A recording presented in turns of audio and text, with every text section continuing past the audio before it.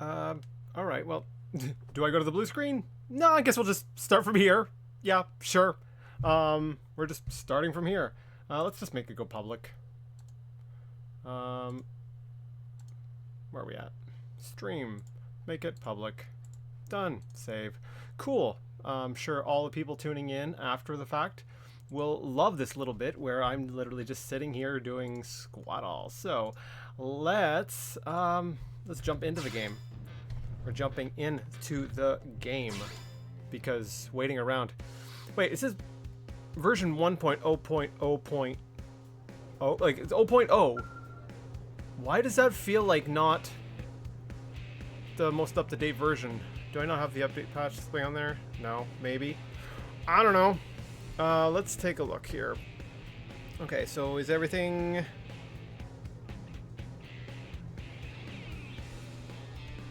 Alright, looks like the stream's coming through. Okay, so if the stream's coming through, hi, anyone who happens to be there, if anyone's there. I don't know, I can't really tell right now because my other computer's being kind of a butt and not telling me anything, but I'm going to play a little bit more Xenoblade Chronicles X. Why? Because I feel like it. So let's see, last time we were doing some quests for Kirsty, and I feel like these quests are probably pretty important. Getting that Frontier Nav set up. Let's see, actually, am I able to, move things around? Yes, I am. I think it's pretty important to start expanding out Frontier Nav because I'm thinking ahead a little bit, especially if I want to be able to get the skells at some point, in the reasonable future. I'm going to need to get some of these because if I recall correctly, some of these will mine, like where it says mineable resources, some of these places have items that are required for quests. So we're gonna go ahead and it's Snake! Hi! I forgot what my thought was. My thought was something about we're gonna go ahead and plant some of those. So I think we talked to Kirsty last time, and so now we're gonna just go install those research probes. If I can remember the controls here. Whew, hey, how are you doing, Snake? It's I've had some days, and basically I tried to I want a skill so bad. I've tried to get like as much like chore and stuff around the house done because it is so freaking hot outside. So I was like, hey, I have an excuse to go sit in the basement where it's a lot cooler as I could be streaming a game. So that's what I'm doing today. I'm also pleased to announce that I got rid of the little heart by the chat window, which means that people who have long messages near the bottom will actually be able to have their messages readable. So, yeah, you can thank me later or now, whatever.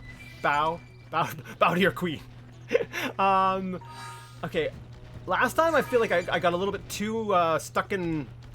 Because there was so much talking, I felt like I had to rush and actually start showing some of the game. So I feel like I kind of just glossed over stuff. I might actually... Ooh. Yeah, we might be strong enough to take it. I might do some little additional fighting that I kind of skipped out on last time. Just to make sure I'm leveled right, get items and stuff like that. Oh, get behind... I guess I hit the thing behind the knee and knocked it over. Oh! I just heard a sound effect. I need to turn that off. Alright, you auto-battle for a second while I close a window. Game, just go ahead and play. There we go. Alright, now I'm coming back.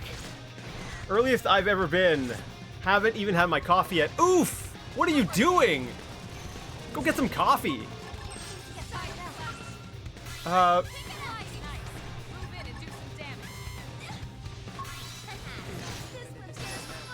Whew. Yeah, and there's a couple other little mechanics that I didn't like even show off last time. So I'm just playing the game today. Today we're just playing. No, I missed my opportunity. So basically, what happens is that ooh.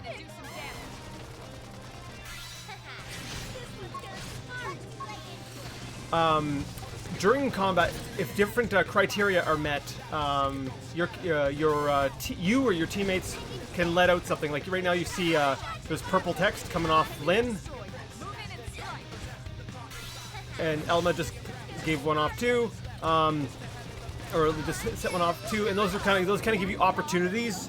And if you use an art that matches the color of the call out that was done, you gain additional TP, which is kind of like a temporary MP bar, it's not really MP because you have to build it up first. It's kind of you know what kind of mechanic. You see that in various things. It's more like a rage mechanic, maybe something like that.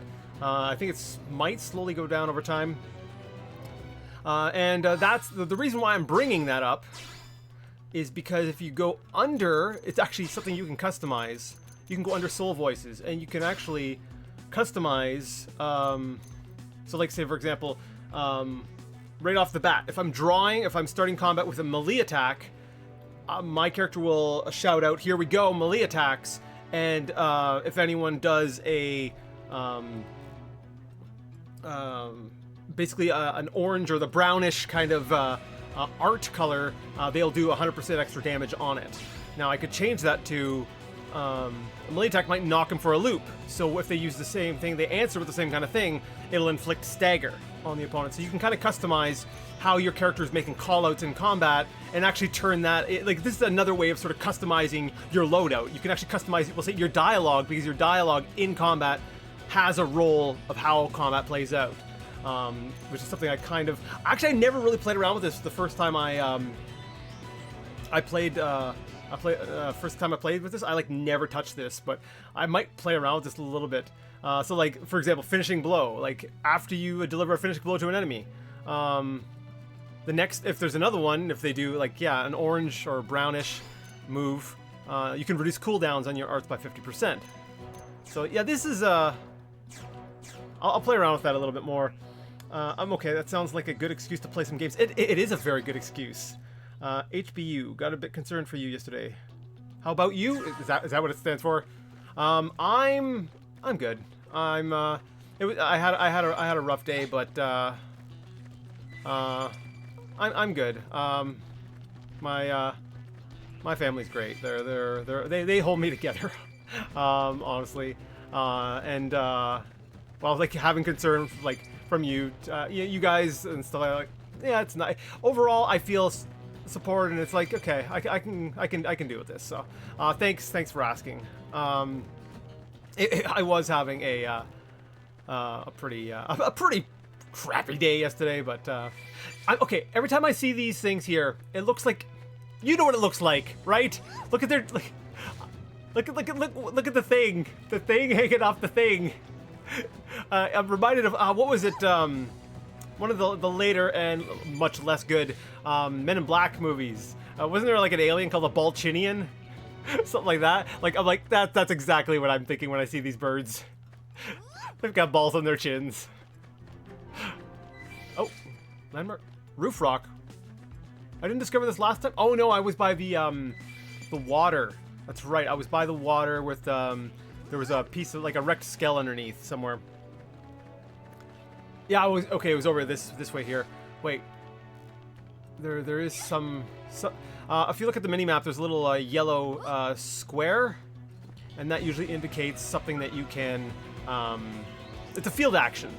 So we have a skull wreckage. So we're just gonna tap our watch a bunch of times.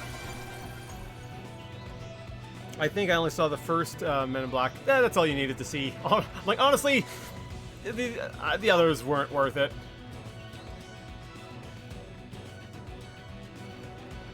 They were. It's one of those things where it's the first one was a fun ride, but it's like when you try to do something again the exact same way, sometimes you don't have that special sauce. And I think what made the first one work a lot, was not expecting. Thanks, birds. I was not expecting to be talking about Men in Black here on my stream. What I think kind of made and makes a lot of these things work that don't work when you try making follow-ups. Oh, they're sleeping.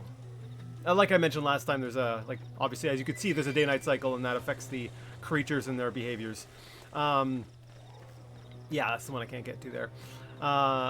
Was the mystery of it, because no, you didn't really know what to expect going into it, and there was a lot of wild stuff. So it was constantly like they were explaining mundane, normal things that you thought about like every day with aliens, right? And so I think there was a little bit of that, like the mystery and like the shock, like the surprise of some of these things being revealed to you is kind of what made it work.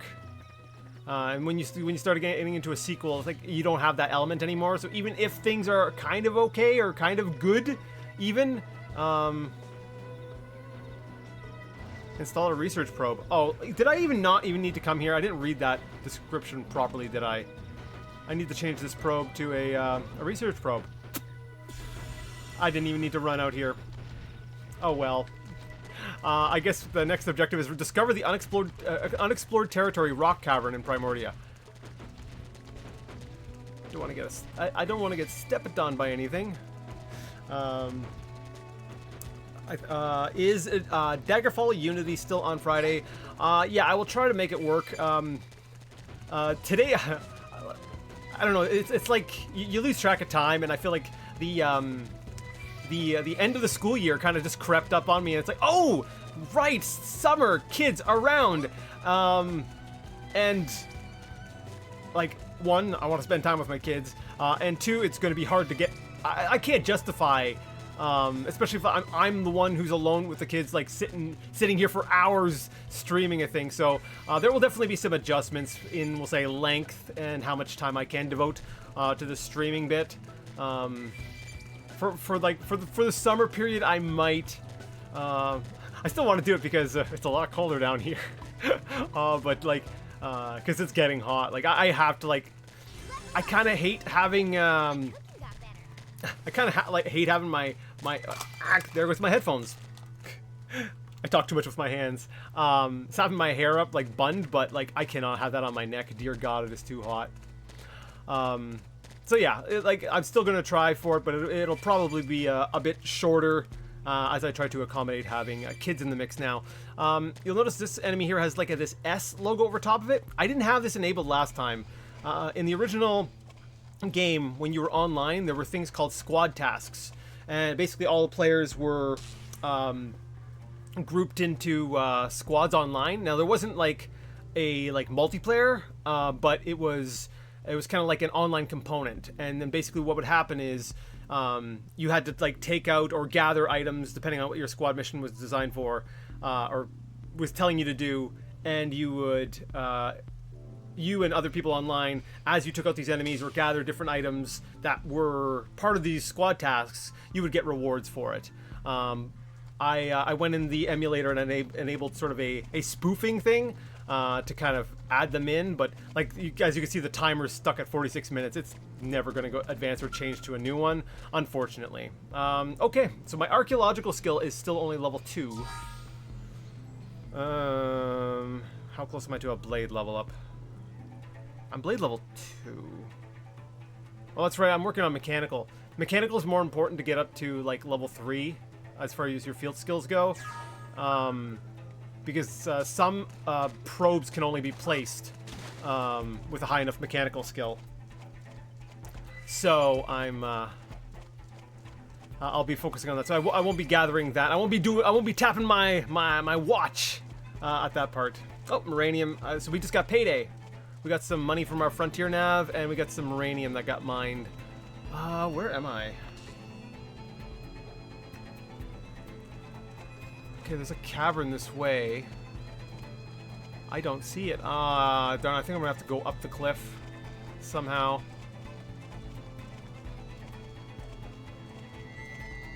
Yeah.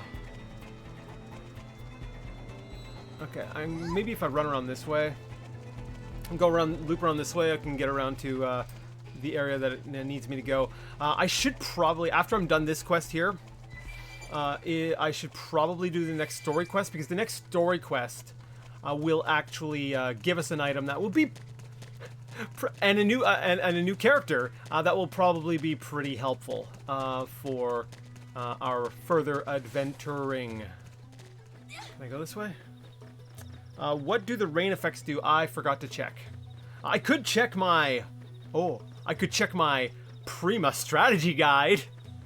Actually, I'm wondering. Okay, I'm sorry. I'm wondering if this actually has the answers to what rain does, the different weather effects. Let me see.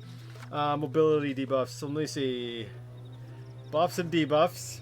Braving the elements. Rain. Actually, it does have it. Cool. Ranged accuracy down. Beam weapons have an attack down, and critical chance is lowered as well. Oh, and it might have different effects on players versus enemies. Interesting. I actually got something out of my Prima guide that I've had since I got the game, and it's not very good. It's not a very good guide. But I do like that. I might actually reference that because usually in game all you got are these little icons. Oh, right now, weather effects rainbow. What does rainbow do? I'm going to keep this page open so I can reference it all the time. So right now, apparently there's a rainbow. I'm going to try to find the rainbow in a second. I lost the page. This is exactly what you guys want on stream. It's like I'm sitting here with a book. It's a book club! Today we'll be reading the Prima Strategy Guide for Xenoblade Chronicles X. Jesus Christ. Holy crap. Okay. Oh, there it is. There it is. I found it. I did not find it. This is not it. There we go. This page. So on a rainbow, which is probably going to go away in a second, it does... You have a critical chance up and potential down. Ooh, potential. Potential, something I barely understood back then, and I still don't understand now. So we have a higher chance of critical, I guess, critical hits. Because there's... How is there a rainbow? I guess the night sky is kind of rainbowy? Sure. I thought the game would tell you somewhere. It might. I think you're supposed to be able to look... Okay, where it says weather effects, it says rainbow, and it has like the little logos. And now it says clear, so now you don't get to see the weather effect thing. Like, there's little logos, and I guess you have to kind of learn what the logos mean. It might have been in the manual, but we can't check the manual. Not on the emulated thing, because if I clicked on manual, because it's trying to call to the we'll say the Wii U operating system, that will hard lock the game, and I'll have to restart. So we can't reference the manual because that was integrated it more so into the Wii U's actual OS and junk. So it might have been in there. I don't recall. But luckily, I have my handy-dandy Prima strategy guide that has my online code linked for an exclusive digital version that would receive updates. To have the most up-to-date information, except the page now returns a 404 and is completely gone. Oh, crap! Achievement unlocked. I won't lose next time. We died. I wasn't watching where we were going, but, oh, I guess we were close enough to this landmark that we, Okay, I'll take it. I'll take it. Wait. Is this where we were last time? I guess I was going the wrong way. This is the unexplored territory that has a torch next to it?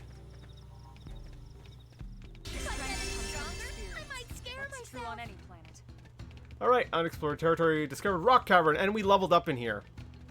Level 30s, we're gonna go ahead and leave.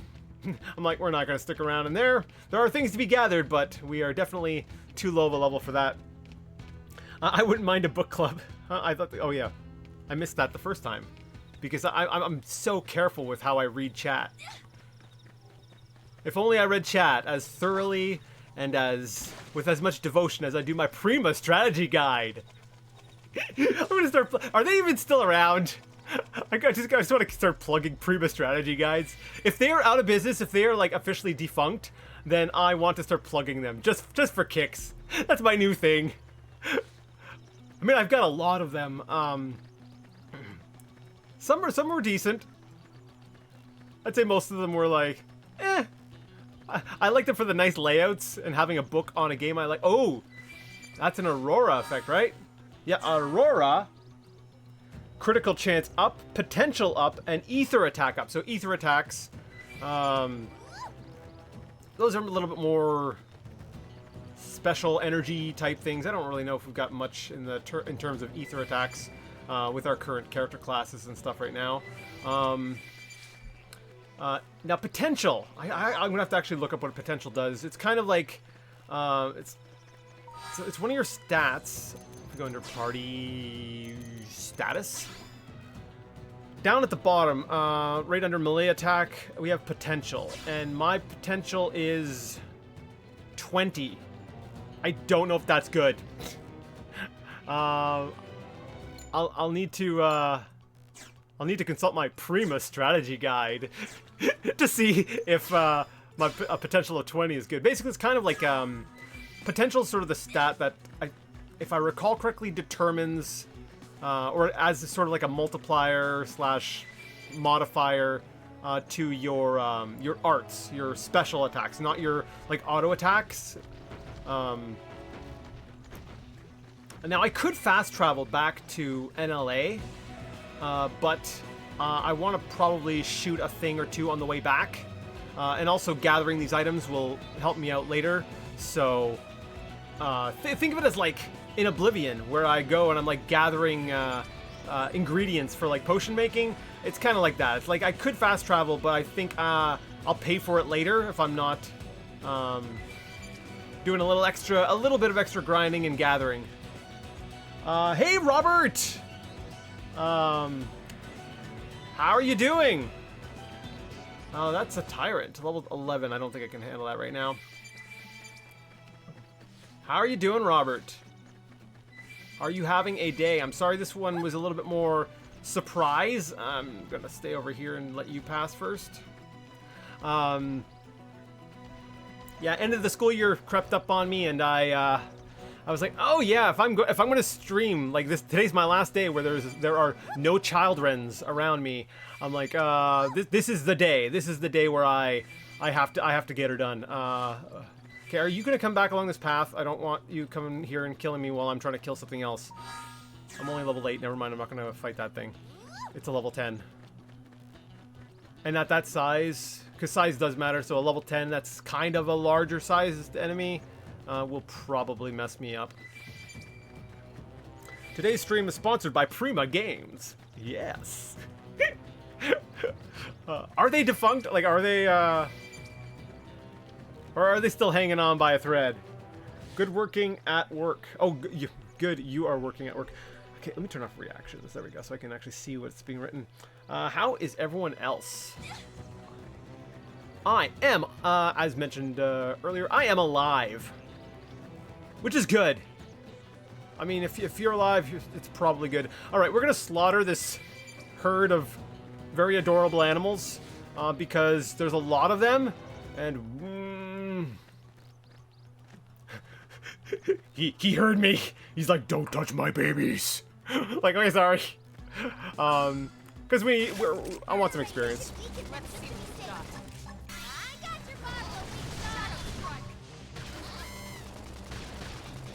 I hate myself right now. I'm like, I'm such a jerk.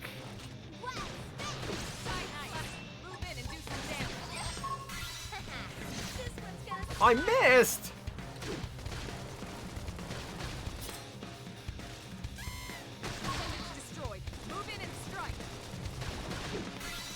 There we go. Topple. Alright, let's try to... Aw, darn, I didn't aggro a second one in time to just keep combat going.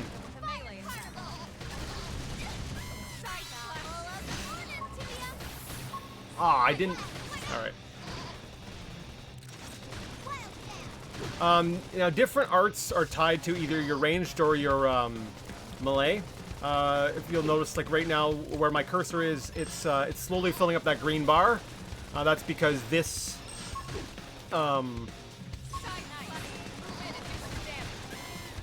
the one I currently had selected was a ranged art, and so because I was using my ranged auto attack, it was.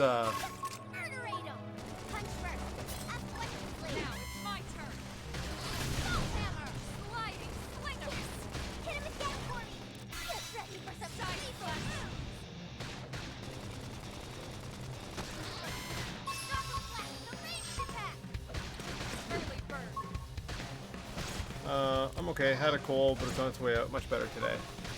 Awesome. Glad to hear.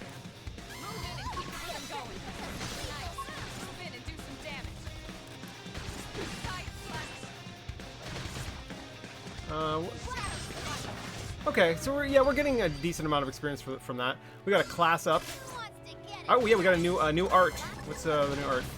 Darn it, to recuperate, boosts evasion, and continually restores HP. So blues are auras, and they can only be used.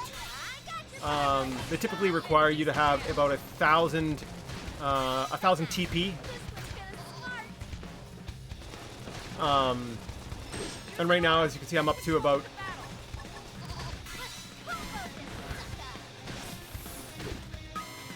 All right, I'm gonna chain into this one. Okay, I got that one. Oh, darn it. My other screen went to bed.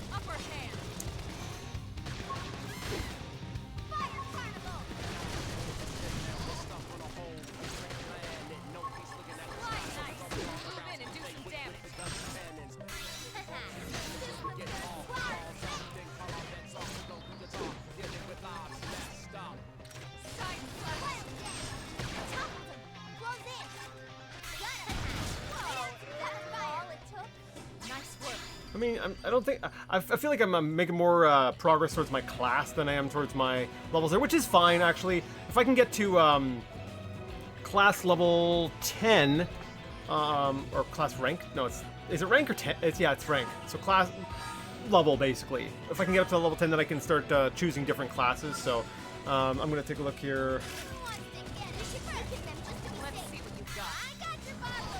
See, had an RE Wii edition Prima guide. Yeah, mostly because I like the game. I avoided looking too much at the walkthrough. That's basically it. I'm like, I like to experience it myself, but I'm like, I still want the book for the pretty pictures. I want to take a look at it after I'm done the game.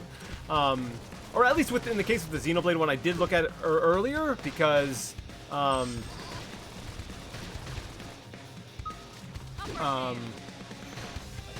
once I got to like a later point in the game. Oh crap, we aggro all of them. Oh.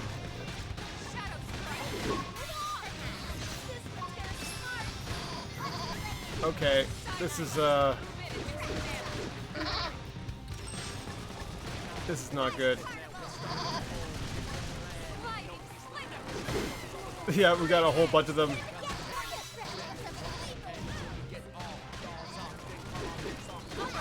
We aggroed like all four. Okay, I'm gonna need to build up my TP. Yeah, we're screwed. We're screwed. Come on, I need that I need 3,000 TP. Give me 3,000 TP. Whew. Okay, when you get 3,000 TP, you can revive. Oh crap! I should not have used that actually. You can revive or like lift up your teammate again. And Lyn is basically our tank, so once Lyn went down, yeah, the group went down. There's no way Lyn's winning this one, so I'm just gonna hit return. She's not gonna beat the rest of them with that. Epic battle with the QG. I know, right? You got like the guitars. You got like it's like really epic, and they're like bah.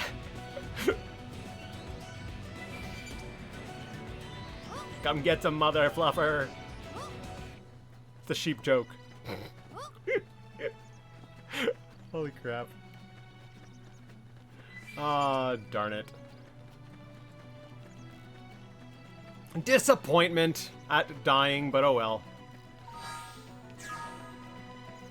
Alright, what we'll do is, I'm pretty sure...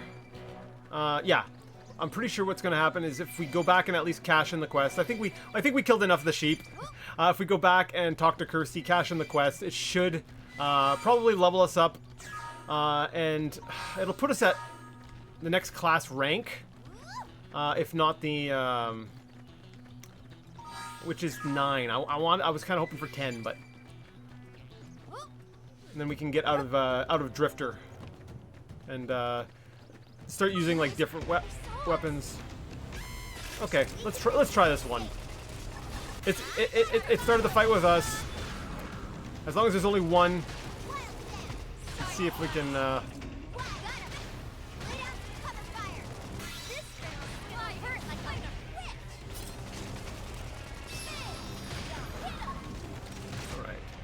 I'm gonna focus on its head a little bit. Or its tail, I guess. Sure, I'll focus on one of the things. Dude, you were like defying gravity.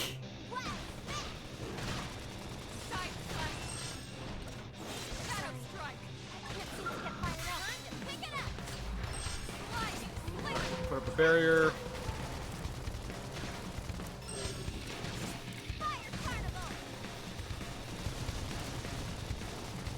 Okay, yeah, we can take this one.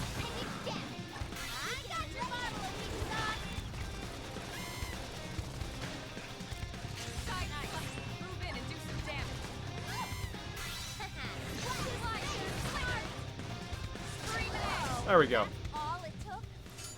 Advanced survival headset. It's a gold item. Okay, class rank up. Perfect. Let's actually take a look at the advanced survival headset. Because good gear is good gear, right? So this gives us an extra 2 defense. A little bit better on... What resistance is that again? I think there's extra physical. It's lower against beam weapons. But higher against... Is that gravity? I think they're gravity attacks. I avoid walkthroughs as much as I can, but some games are just so obtuse. Yes. There was one level in Heretic. Holy crap, flashback! Where you had to practically find all the secrets to beat the level. Oof. That's rough. So this also has XP boost and Weathermaster. I don't know what Weathermaster does. I'll have to... I might want to... I know Elma uses the double guns. I might, when I hit rank 10 in my my class, I might see what I don't know. I'm not sure what sort of class path to go down first. There's a number of different classes you can choose from. Another one. Seriously, buddy.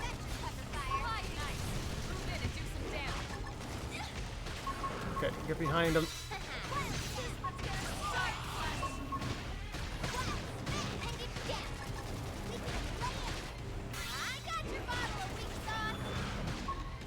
I never actually played. I think I might have like played a demo of Heretic, but I don't think I actually really like played the full game. That was the with. No, actually, you know what? I think I might be getting mixed up with. Darn it! I might be getting mixed up with Hexen.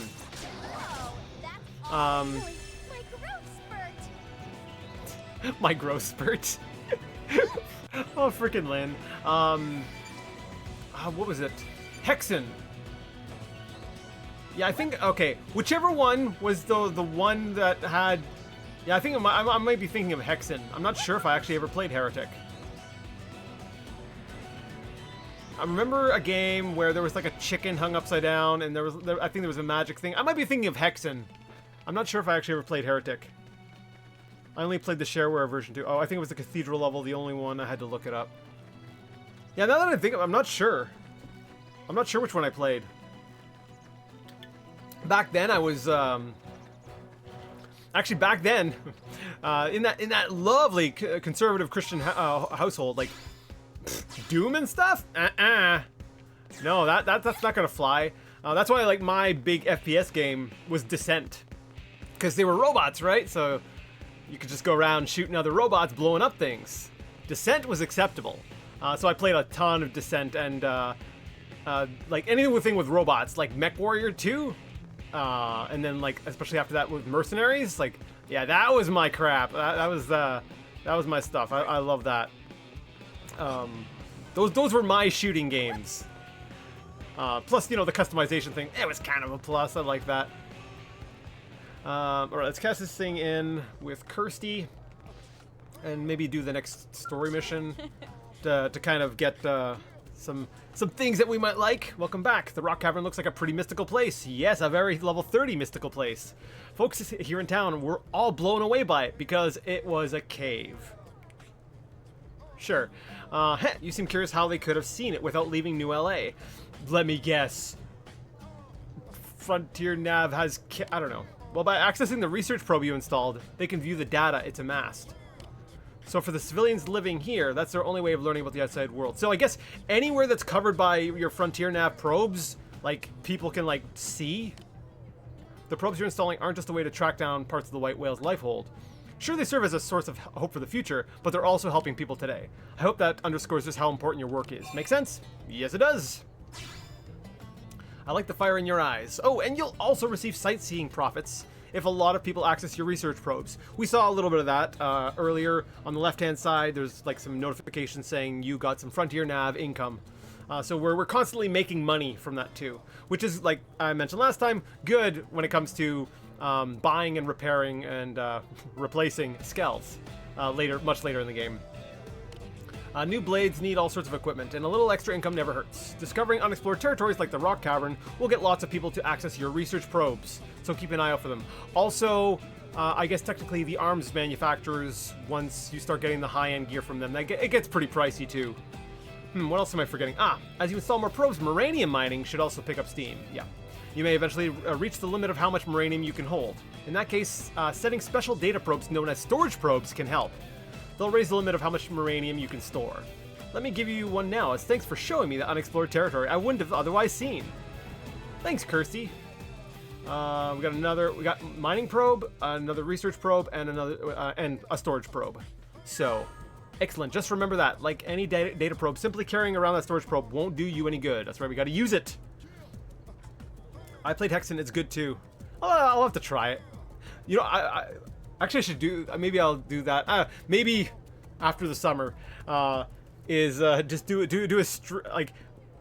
take a list of games that I missed out on, and just like, even if they're just like all shareware versions of stuff, and just do like a stream where I just go through a bunch of like old games I missed out on and kind of get my first impressions of them. I think that'd be neat. Or just a video. Doesn't have to be a stream. Whatever. You need to put it into actual use. So access your comm device at a Frontier Nav probe site to change the installed probe to a storage probe. Whew, that should cover the basics. I hope so. When more Frontier Nav assignments come across my desk, I'll be sure to send them your way. Each one spreads our roots into Miro that much further. And she's gone now. She took off, and we now have a little shield here because we completed that part, and that completes. Our NLA survey rate, or basically completion rate, is 1.56%. Oh yeah, we're on our way to 100%ing this game. Disclaimer, I'm not planning on 100%ing this game on stream. Like, I might, but the chances of me doing that are actually incredibly low. Okay, so head to the Pathfinder's last known location in Southeast Primordia. Now that's the actual Chapter 3 main quest. I want to go ahead and see if I can actually buy some better equipment. Okay, Sakuraba Industries. I could get them up to level 2 by investing some of my Moranium. And I'm not really using the Granada stuff yet. Granada, they tends to, yeah, I was going to say, yeah, an up-and-coming Spanish arms company devoted almost entirely to beam technology research. Sakuraba is more like physical guns and stuff, if I recall correctly. It's a little bit more like physical based, whereas Granada tends to focus more on like, you know, well, it says right there, beam, right there. Their main products are focused on beam attributes. Their beam resistant ground gear is a bestseller. Oh, it's brown coat in a box. And you think that idea would be fun? A new series, maybe? Yeah. Looks like I made it to your quarter of the internet. You did. My parents also didn't let me play violent games for a while. I did sneak some in, though. Save stake. Yeah, I'm gonna actually... We'll invest... I don't want to invest, like, everything. So I invest everything! Sakuraba Industries has created a new product line, the Lightwear series. Gravity keeping you down? Then don this gear, the latest and greatest in quality gravity resistance. And of course, high physical resistance is still a trait of all Sakuraba wear. In stock now! Oh, and we've also got the Assault 3 series. Nothing is impossible with Sakuraba in your arsenal. When locked in combat with a foe, lock on to them with our fine beam weaponry. We guarantee results. I guess they, I guess Sakuraba does branch out into other things. Oh, the Knife 3 series! Knife 3, the sequel to Knife 2! Sakuraba breaks new ground again, introducing our latest addition to our ground gear lineup. An electric line of knives guaranteed to send piscinoids running. A lot of the weapons and stuff might be better against different types of enemies. So it looks like these knives are designed with hunting like more bug type creatures. I never really played around with like weaknesses like that too much when I played through the first time either. Sniper 2. At Sakuraba, evolution never pauses. Finally, the secrets of ether technology have been tapped to bring you the one and only Sniper 2 series. Is that it? Are we good? Okay, thanks. Let's actually go to the actual buying place, see if I can get some decent gear before we go on to the next chapter mission, because I know it's going to be a little bit on the I don't want to say scarier side, but it'll be a good thing to have.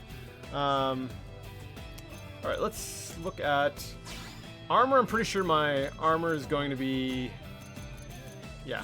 I've got a gold item right now, so we're gonna keep that for now. The torso, diving bodywear. I'm sure this has got some great armor value to it. Holy crap! Swimsuit top, another great thing.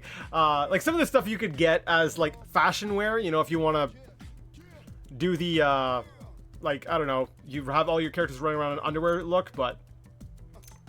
No. I like a little bit of, like, I like it to be a little bit believable, right? So, this looks like, is this just a newer version of what I've already got on? Yeah. Survival bodywear. This is what, a medium. So that's medium. So my character's kind of sitting in medium, gear. Light. See, I don't know which route I want to take. Do I want to go... now, we're not facing anything with, like, gravity weapons yet. I think that actually comes much later. But, like, as you can see, like, the blue logo right now, if you wear light stuff, you get a bit less of a weakness to gravity because you're wearing lighter stuff. The impact of gravity doesn't hit you as hard. So I'm trying to think, do I want to go light or do I want to go... medium? I actually, when do I get heavy? I guess I need to invest more to be able to get into heavy stuff. Okay, before I buy some gear, because I want to look forward a little bit, I should look at my... I'll look at the classes and kind of figure out which path I want to take now. Alright, so basically we're Drifter rank 9. As soon as we're done with rank 9, we hit level 10, or rank 10, then we can split off into... one of these 3 classes. So we got Striker. Choose this route if you want to go in Guns Blazing. Sounds fun. Mixes offensive and defensive arts and provides HP and melee attack bonuses. Well balanced and suited for beginners. It's standard arms. It basically focuses on assault rifle and long swords. Or we can go Commando. Choose this route if you want to rack up damage. Focuses on skillful application of damage buffs and provides bonuses to melee accuracy, ranged accuracy, and evasion. Now, I can tell right now, standard arms, dual guns, and dual swords. This is the track Elma is down. She's a full metal jaguar, so that's... Yeah, that's this. I'm pointing at the screen. This one right here, people! Do I have... Yeah, I think the mouse cursor comes through on the stream because it's capturing it for the gamepad, I think. So that one there, yeah, that one right there, Full Metal Jaguar. I think it does. Let me look at the stream preview. I don't know. I don't want to just sit here and look at my stream preview. So, but yeah. So that one there, it's that's like more DPS route. I think this one might be a little just balanced. And then Enforcer. Choose this route if you want to provide support from afar. Offers many ranged darts and bonuses to ranged attack and potential. Tricky to master and suited for professionals. I don't know if I'd say I'm a professional just yet. Oh, interesting. Okay, you'll notice here under Drifter, I think, yeah, I see it now. I see the cursor. So I can use my mouse cursor to show things off. It says skill slots, 5. As you level up in skills, you gain, as you level up in classes, you gain skills. And then you can assign those, skills. Now, each class, though, only has so many skill slots.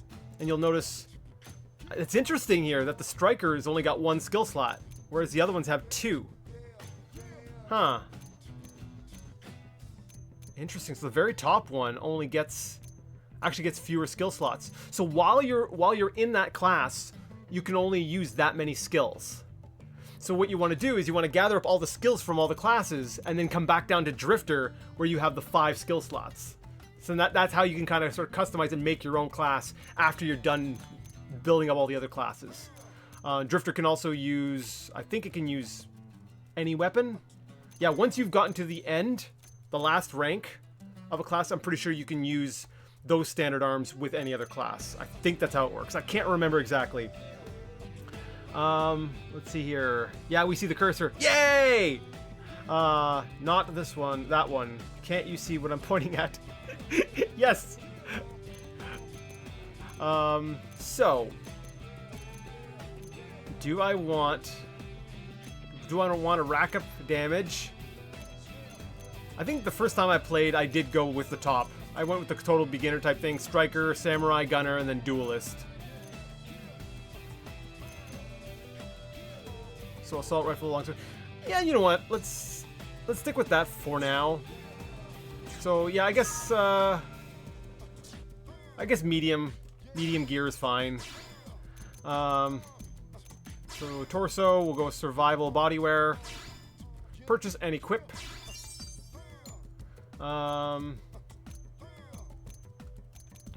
What are we looking for here? Survival gauntlet.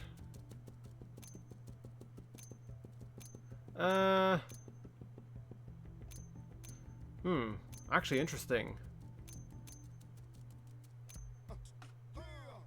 No, I like this one better. The survival glove. 1, it's the one that matches this suit, but 2, actually looks like better. Actually, yeah, it does look like better. Oh, that's because it's a Sakuraba. I think that might be because we invested more into Sakuraba, and Granada hasn't quite caught up yet. But no, I guess they have their own strengths. This one's got like +10 to like physical though, which I don't know. I tend to like most of the things we're gonna be fighting at the start here are gonna be pretty physical. So, survival glove for the other side. There we go. Our outfit's actually starting to look put together. Diving bottoms. Great. It gives me +1. It gives me more armor than what I've already got on. Okay, sure. This one does too. All right. Survival pants. Yeah, that looks better. Survival footwear. That's a little bit too much. Yeah, there we go. Survival footwear. I think that's gonna do it for our armor. I do want to buy a longsword for when we hit our when we rank up our class. I want to be able to switch to a good weapon right off the bat, because I might actually get to it while we're out, right? Which one? Chrome sword? That requires level 20. No. Guess titanium sword. Attack 72. Yeah, we will be. I don't know if we're level 10 yet, or no. Yeah. So we will be level 10 probably by the time we get to rank 10. So I'll get the titanium sword. Now. I'll just purchase it. Alright, so we're good there. I think... Actually, I'm going to check on them. How is their gear? Because they tend to start with pretty... I mean, I could start buying stuff for them for later, but... Nah! I'll have my party members lag behind me. I've got to look good, right? No, they could actually use some gear. Okay.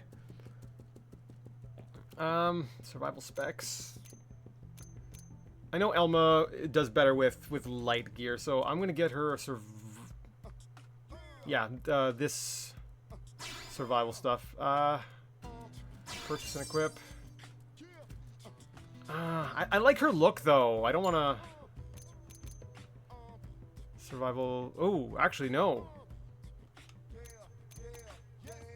No, her current stuff is still better. Okay, so all we're doing is we're getting her a headgear. What about Lynn? Lynn, okay, it's because they don't have any headgear to start. That's why it's an improvement. All right, here, have some survival goggles. Let me see, survival bodywear. Oh no, that is better.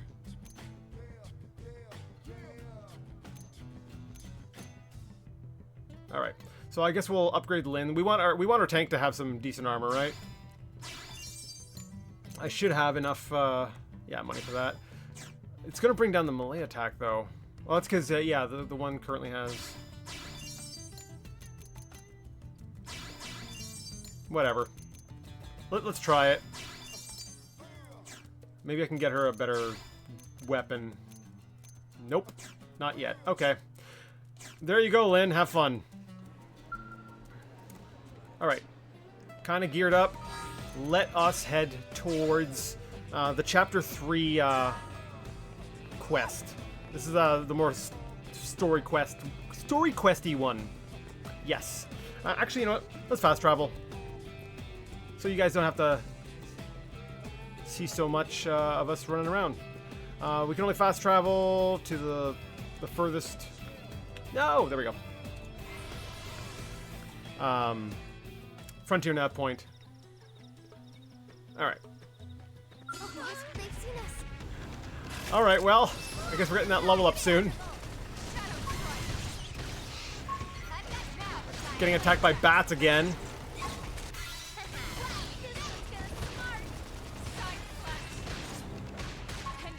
Oh yeah.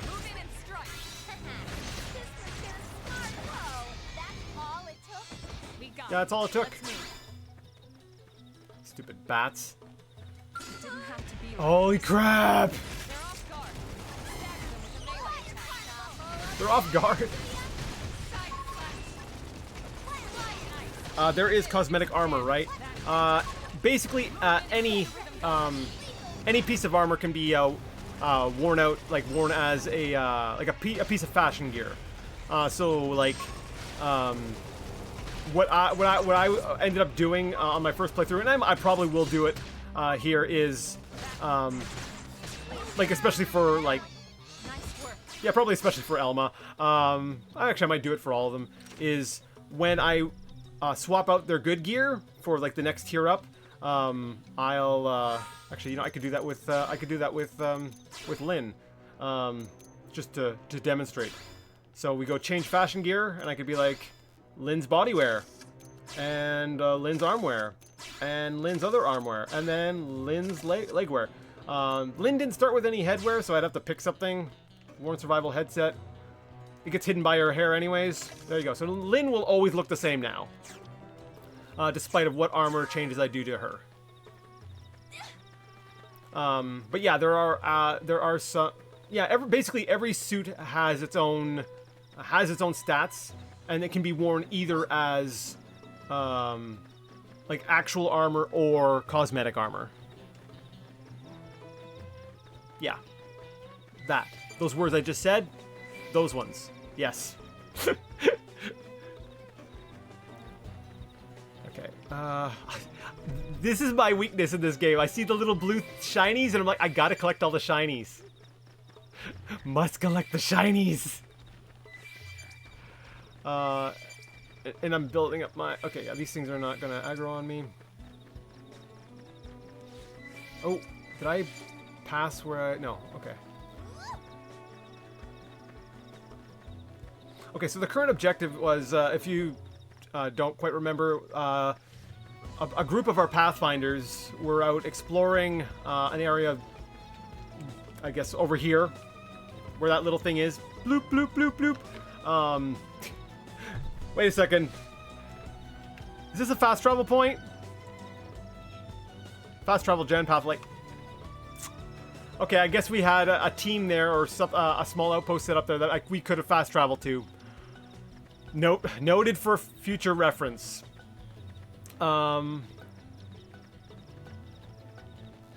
Is it down this way? Okay, that level 12 in the back's prone to aggro on us. Okay, let's just keep going this way. They were exploring this way and basically lost contact, so it's one of those go investigate the missing crew quests. Okay, so I see a... So what logo is that? South Janpath Plain. Is that Harriers? Or I think that might be a Harrier logo. I don't know why they've got these big giant signs. Yeah, that's the Harriers. So like a Harrier camp here. Nelson's team set off to climb the mountain. That's just ahead, but I have no idea what happened to them after that. Okay, so that's Nelson's team. That's what we're talking about. So we go up this path, and these plants. I seem to recall. I think these plants are gonna try to eat me. Hey, plants, how you doing? No? Don't play with me, there, plants. I know. Okay. I'm not paranoid. I swear, the plants are watching us. Oh, maybe it's these ones. I'm like, I know there are killer plants. I know they exist. Noctilum is full of them. Sea Swept Ridge. Oh man, yeah, we are gonna level up. There it is. There it is.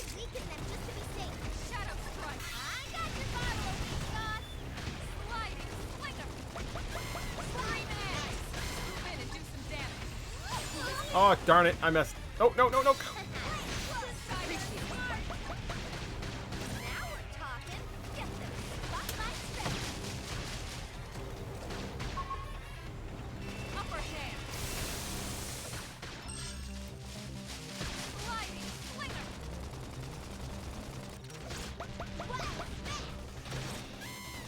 Okay, come on, plant. Could you die? I would like it very much if you could die. That would be great. Last stream, I think you were going to say something about how you got the game at the wrong price before you got distracted by Lynn getting kicked. Oh, yes! Yes, thanks for the reminder. My wife had actually ordered it, and I think she had ordered it on Amazon, and they had made a mistake or something, and so I think I might have not only gotten it early. I'm trying to remember when it came out. It was I can't remember. I think we got it early, and we only ended up having to pay $20 for it. and like the like 100+ hours that I spent, like that first week I was living in this game, and she would just constantly be like, that was $20 well spent, because like I got my money's worth out of that, definitely, with how much time I had spent in the game. So yeah, $20, not too shabby. We got it. Let's move. All right, moving up to. Okay, this side path, I think there's like a bunch of spidery kind of things over here, right? Am I remembering the place right? Sea Swept Rise. That's not the way we want to go, though. Ooh, okay. Spinning around too much. I'm getting sidetracked. There we go. Back down here. Back to the path. Wow, exclusive access. I know, right? Alright. And this is the last known location of the Pathfinder team. Great sign to see a broken down Skell. Damn. I knew we would have heard from them by now. It was definitely fighting something. But this damage, it's not the usual claw or bite marks. No signs of the team. If they were eaten, we'd know it. So did they walk away, or were they taken? Suggest searching the area, or suggest heading back to New LA. We'll investigate. Right. Either way, they couldn't have gotten very far. Let's keep looking. Hold up, Elma. Check this out. I'm picking up an Earth-based IFF signal coming from that direction. It's Pathfinder. That thing over there, maybe? It doesn't look natural, does it? No, it doesn't. It looks like trouble. And look at this. I'm picking up readings for other life forms too. Multiple signals, moving around inside the structure. Elma, you don't think... Suggest they must be intelligent life forms. Or suggest indigents must have wandered inside. No, I'm going to suggest they're probably intelligent. That's my guess. It's funny how your character only talks in combat, but not during dialogue. I know, right? I mean, maybe Link could also talk in combat, but he has such a little practice because he's always by himself. So the only practice he gets is he's fully capable of forming full words and stuff, but it's not a party-based game there, so he hasn't learned any language word things out loud. There's my hypothesizing. I think you're right. Look at their movements. They're controlled, orderly. They're definitely not wild animals. Now the question is, are they native to Mira, or are they visitors like us? And if so, from where? You think it's one of the forces that destroyed Earth? Let's not jump to any conclusions. It's a big universe out there. Of course, we shouldn't rule it out either. Should we call this into HQ? Yes, but not from here. If we're picking up their signals, they might be close enough to intercept ours. You there! Drop your weapons! Stay calm. We don't want to provoke them. Earth aliens! Surrender! Now! They know about Earth? You may have been right after all, Lynn. Lower your guard and negotiate, or grip weapon. This one I actually remember. If you stand down, you get extra points from Elma, who's like, yes, let's be diplomatic. But my natural inclination is like, let's get ready to attack. It's pretty clear that they're not gonna wanna talk things over. So despite the fact that Elma's not gonna like it, I'm gonna grip my weapon. Stand down. Did you already forget my first lesson? Fighting is a last resort. Our friends here appear to be able to speak our language, which means we need to find out if diplomacy is a viable option. You're right. We come in peace, and we're willing to negotiate. If you have any Earth alien prisoners, we'd ask the conditions for their release. If you don't, we'll leave you in peace. No negotiation. No conditions. We have our orders. All Earth aliens must die. What? We should go on. I got the marvelous Shadow Strike. I've got Fly Iron. Like Move in and do some damage. this one's gonna die hard.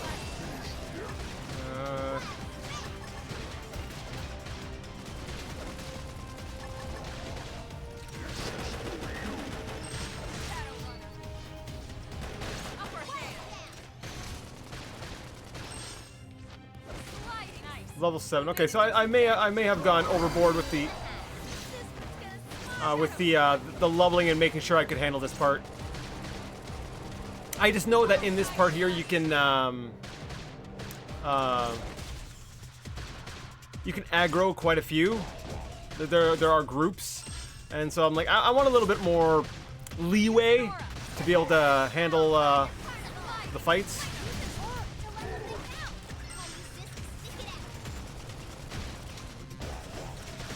Side Oh, I didn't get it off in time.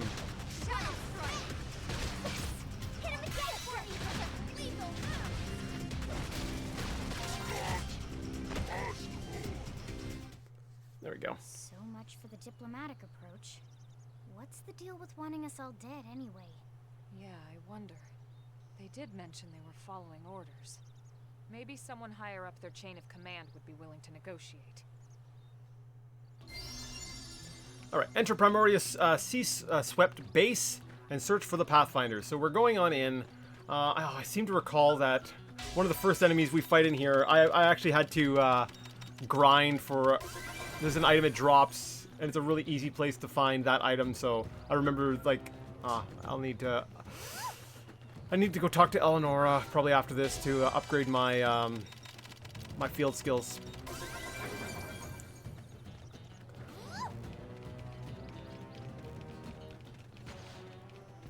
Oh, that's right. I forget.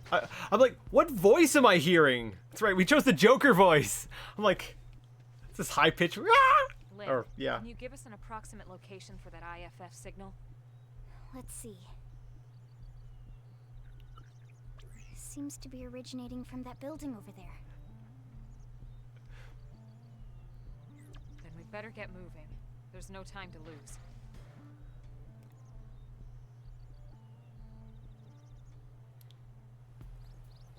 She could trash talk monsters all day, but talking to humans? Hell no.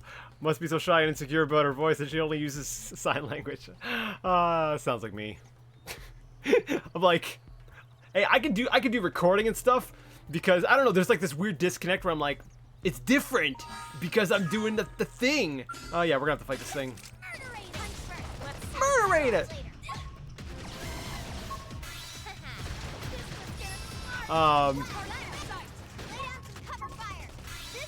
But like an actual like normal like talking, I'm just like, voice, why are you the way that you are?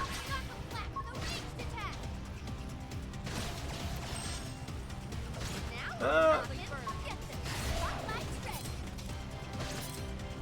I think we could. Okay, as long as this is the thing I was talking about.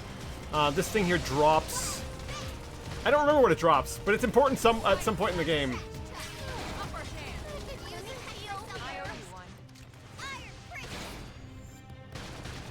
I find that my character's voice, it's too similar to Lynn's.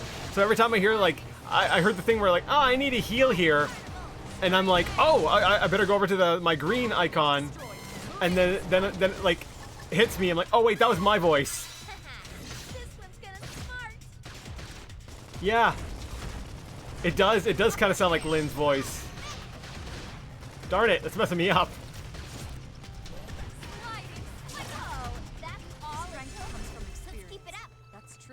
Okay, we've hit level 10. All right, we've hit rank 10 rather in our class. Now the other, like your NPCs, they are locked into their final class. They actually have a specialized version of that class, but that's because they can only use that one class and they can't ever leave it. I also think that their class rank cap is higher. I think is level 10 the highest? I think theirs goes up to level 20. But anyways, let's swap out our class. Let's go up to Striker, and this will give us access to the longsword, and I believe we'll get some different arts. Do we have any skills yet? I don't think so. No, but we can start seeing what skills we're going to be getting. So stuff like Steel Flesh, boost maximum HP, boost melee accuracy, blaze damage, melee attack. Wow, this is a pretty crappy base class. Extends taunt effects, grants a 25% chance of dealing 50% more damage to appendages with melee arts. All right, so this, like I said, it's baby's first class. We are now doing baby's first class. Ground gear. Let's make sure we got that longsword equipped. Oh, we can't yet because I'm still level 9.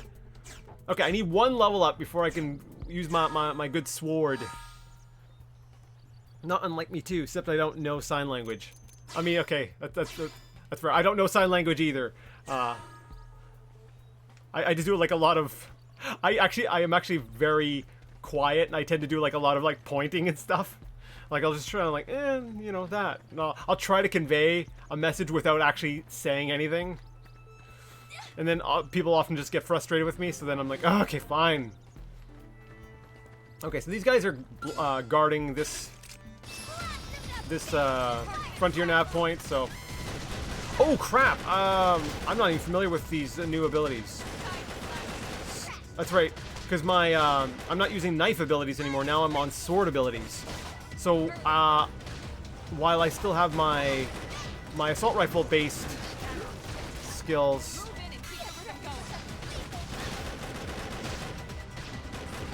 Yeah,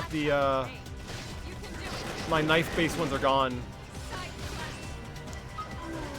Yeah, so the sword, you'll notice with like the knife, I don't know if you noticed, but down at the bottom, like you'll have different conditions for the ability. See, like right here, 400% from behind. So if you do like the gun butt from behind, it adds like a topple effect to the enemy. And with the knife moves, a lot of them, they gained like additional attack stuff from behind, because it's more, it's more backstabby. Whereas with the sword, I suspect we're gonna see more. If there's any directional modifiers, it's probably gonna be mostly, it'll be more focused on like the front or the side. Warn combat specs, advanced something, whatever. Let's install a data probe so we can use this as a fast travel point from now on. Actually, it's just a basic probe. We could put a different thing on here now. I don't think we need a storage probe just yet. What does the research probe do again? I can't remember. Crap. Mining gives you uranium. Research...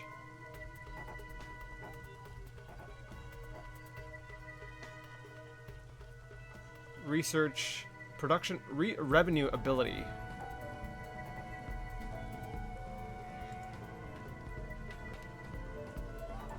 I'm not sure what I want to, what kind of probe I want to put on here. Is it, okay, is it linked to any of the others? No, it doesn't actually have a link. I think I need to unlock this one here before I can link this one. So I think, yeah, I think the link point goes up here, down here, and then this one is, yeah. So I won't be able to tap into this one. That probably makes sense because it's kind of like an enemy fortress.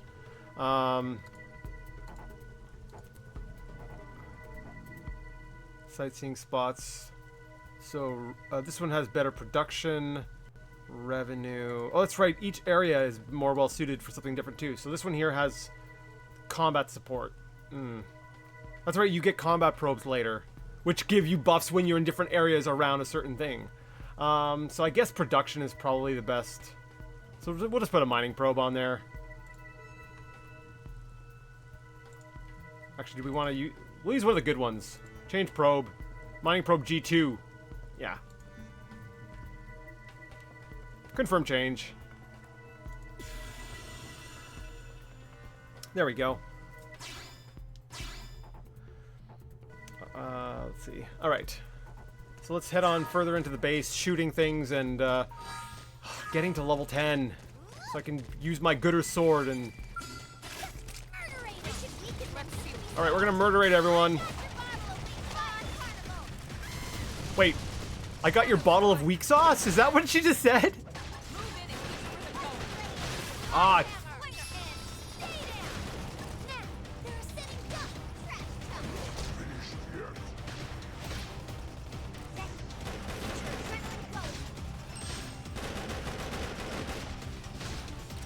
let's build up those abilities a bit more.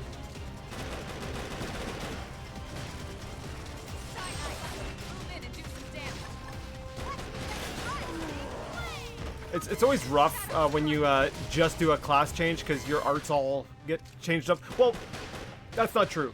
If I continue down this path that focuses on longsword and assault rifle, then yeah, like I'll be able to keep bringing my arts forward. But anytime you do a weapon change is really when you gotta kind of rebuild up your arsenal of arts, because the arts are tied to the weapon type.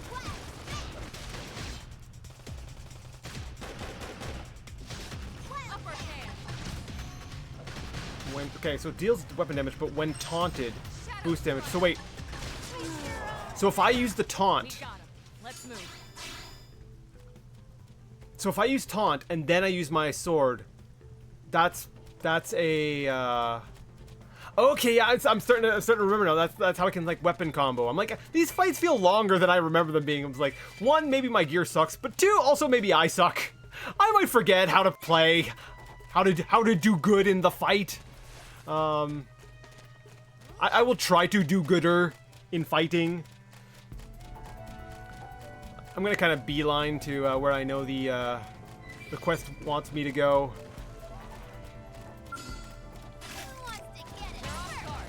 All right.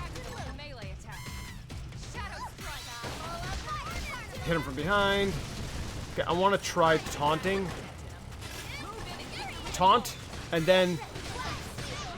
No, I don't think it did. When taunted.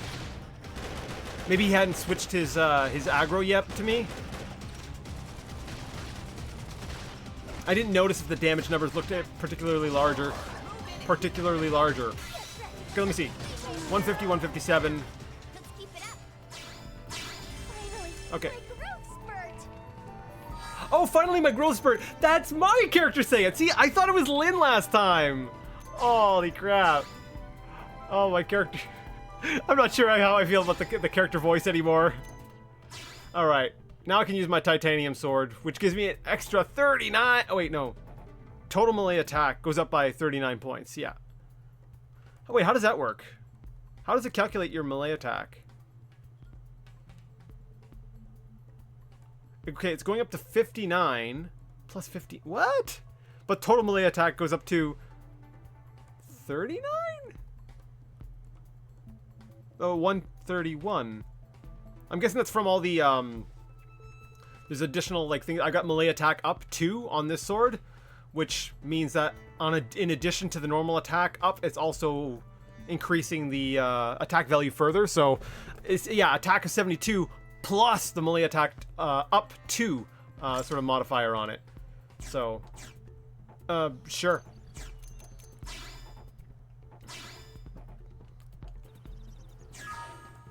Alright, let's, do I want to go up there? Now the purple backing behind that level 11 means that that's a tyrant, so it's kind of like a boss character. Maybe we'll deal with him on the way back. I'm not sure if we should or we can.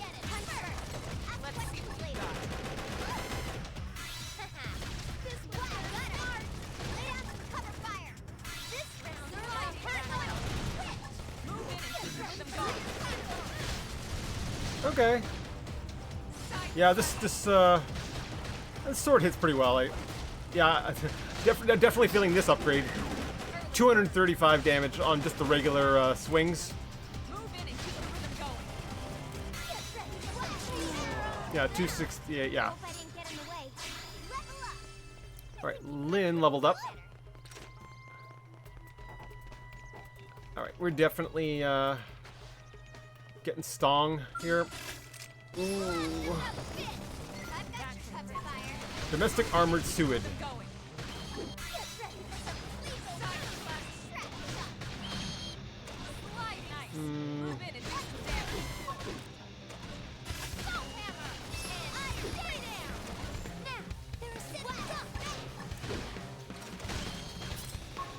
Yeah, I'm liking this sword.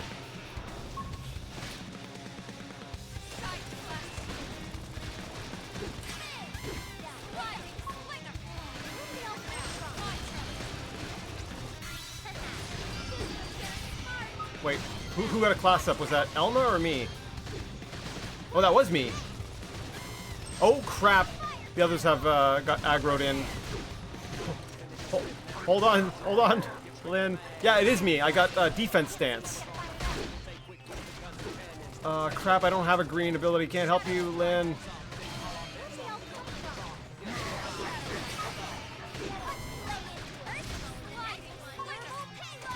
Come on, come on, come on.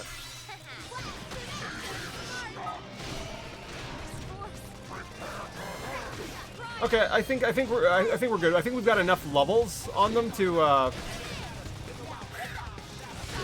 quick time events. Lyn, I'm hoping Lyn can hold out.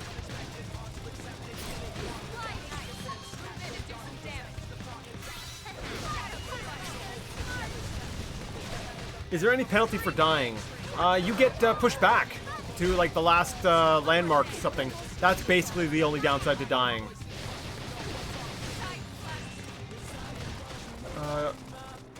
Elma, what are you fighting? MMO combat range, right? I'm like, you could be really far away and still be hitting your target. All right, let's put an aura on myself here. This one here, the defense that reduces damage taken plus continually restores HP.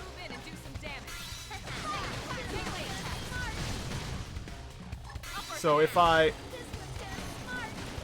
think we got this fight under control.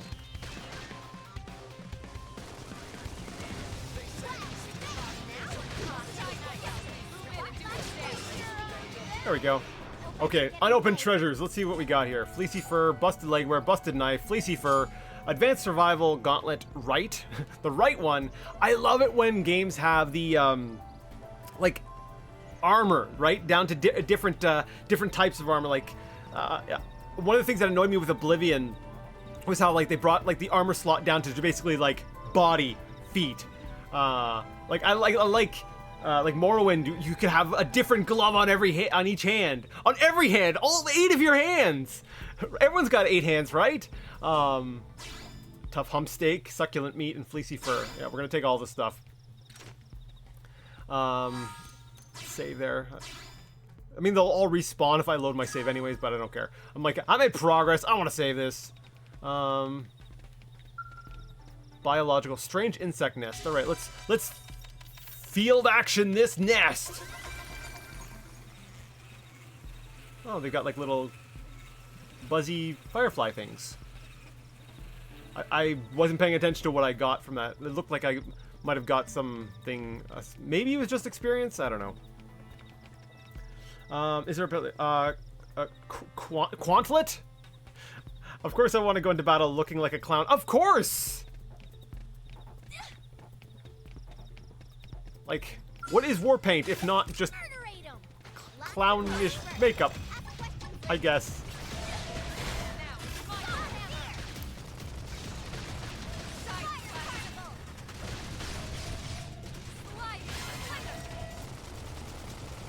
So they got some automated robots.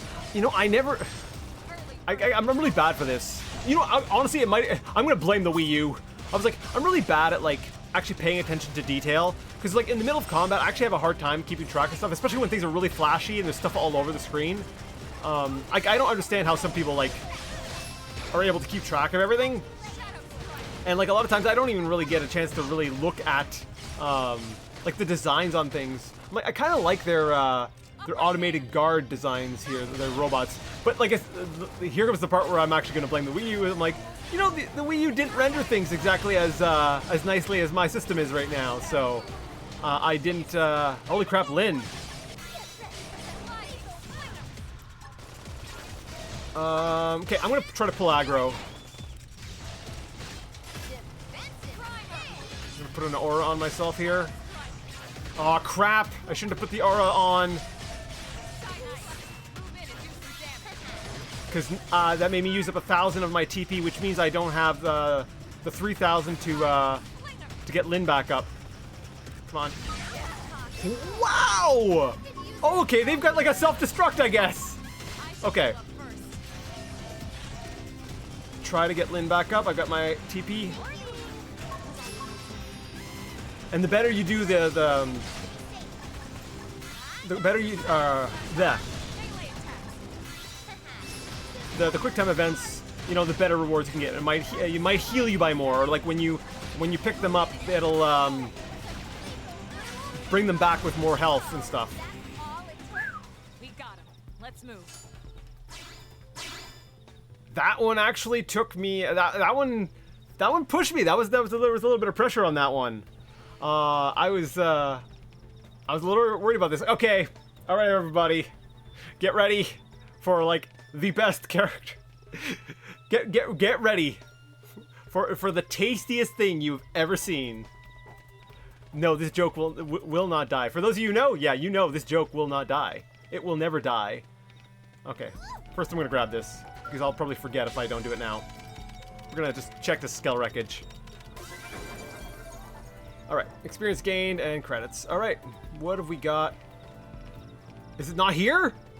Oh, I got my facts wrong! I got things mixed up!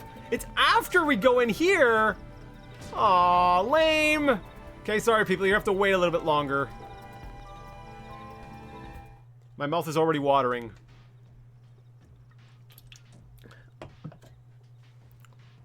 I think they're dead. Sludge. They're all dead. You killed them all. In cold blood. Fortune did not smile upon them today. Nelson. You filthy Earth aliens do not belong on this planet. You seem more fluent than the others. Are you in charge? I am called Glennar. I command this squad, Earth alien. Now it is time for you to surrender. Hello, Glennar. I am called Elma, and I command this squad. If this planet is your home, we apologize for intruding. We crash-landed here after our ship was damaged in an attack by unknown adversaries. We were hoping we could negotiate a peaceful settlement in exchange for our friends, but... Peaceful settlement? Your words are wasted on us. All we can promise Earth aliens is a swift death. Elmo. Right. We tried. Looks like survival of the fittest it is. Fine then. Seeing as you know we come from Earth, I'm guessing there's a good chance we might have a score to settle with you anyway. A bit of a... If I'm remembering correctly, a bit of a fun fact. That's how to evade. You can do it! Darn it! Messed up the quick time bob. Is... if I recall correctly, when they were originally making the game, Elma was supposed to be like the main character. Was supposed to be like the Shulk, the Rex, the Noah, the main character of the Almost down, but not of the whole thing. Dang. I'm really feeling the miss. I'm really. Oh, there we go. I got power dive. I got my class rank up, so now I have green, so I can deal with those soul voices, or use, so I can trigger those soul voices. It's hard to talk while trying to concentrate on this. I'm like, the combat runs a lot faster than I remember it being. Switch to close range combat. Move in and do some damage. Okay, there we go. Yeah, without having any green arts to use to bounce off their soul voices, I wasn't able to help them get heals up as much and stuff. And like, dang, Lynn was close to going down.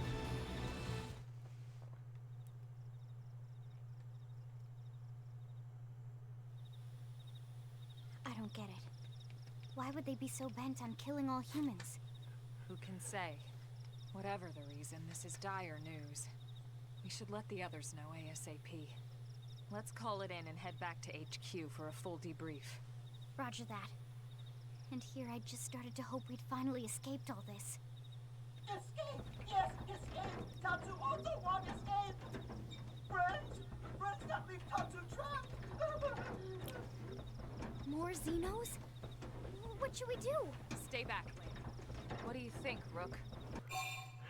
I say we eat it. And yes, Robert, words, just words. When all else fails, when you don't know what to say, just say words. Open the crate. Be bold and open the crate, or play it safe. Suggest leaving the crate as is. Now let's be bold. There might be something delicious inside.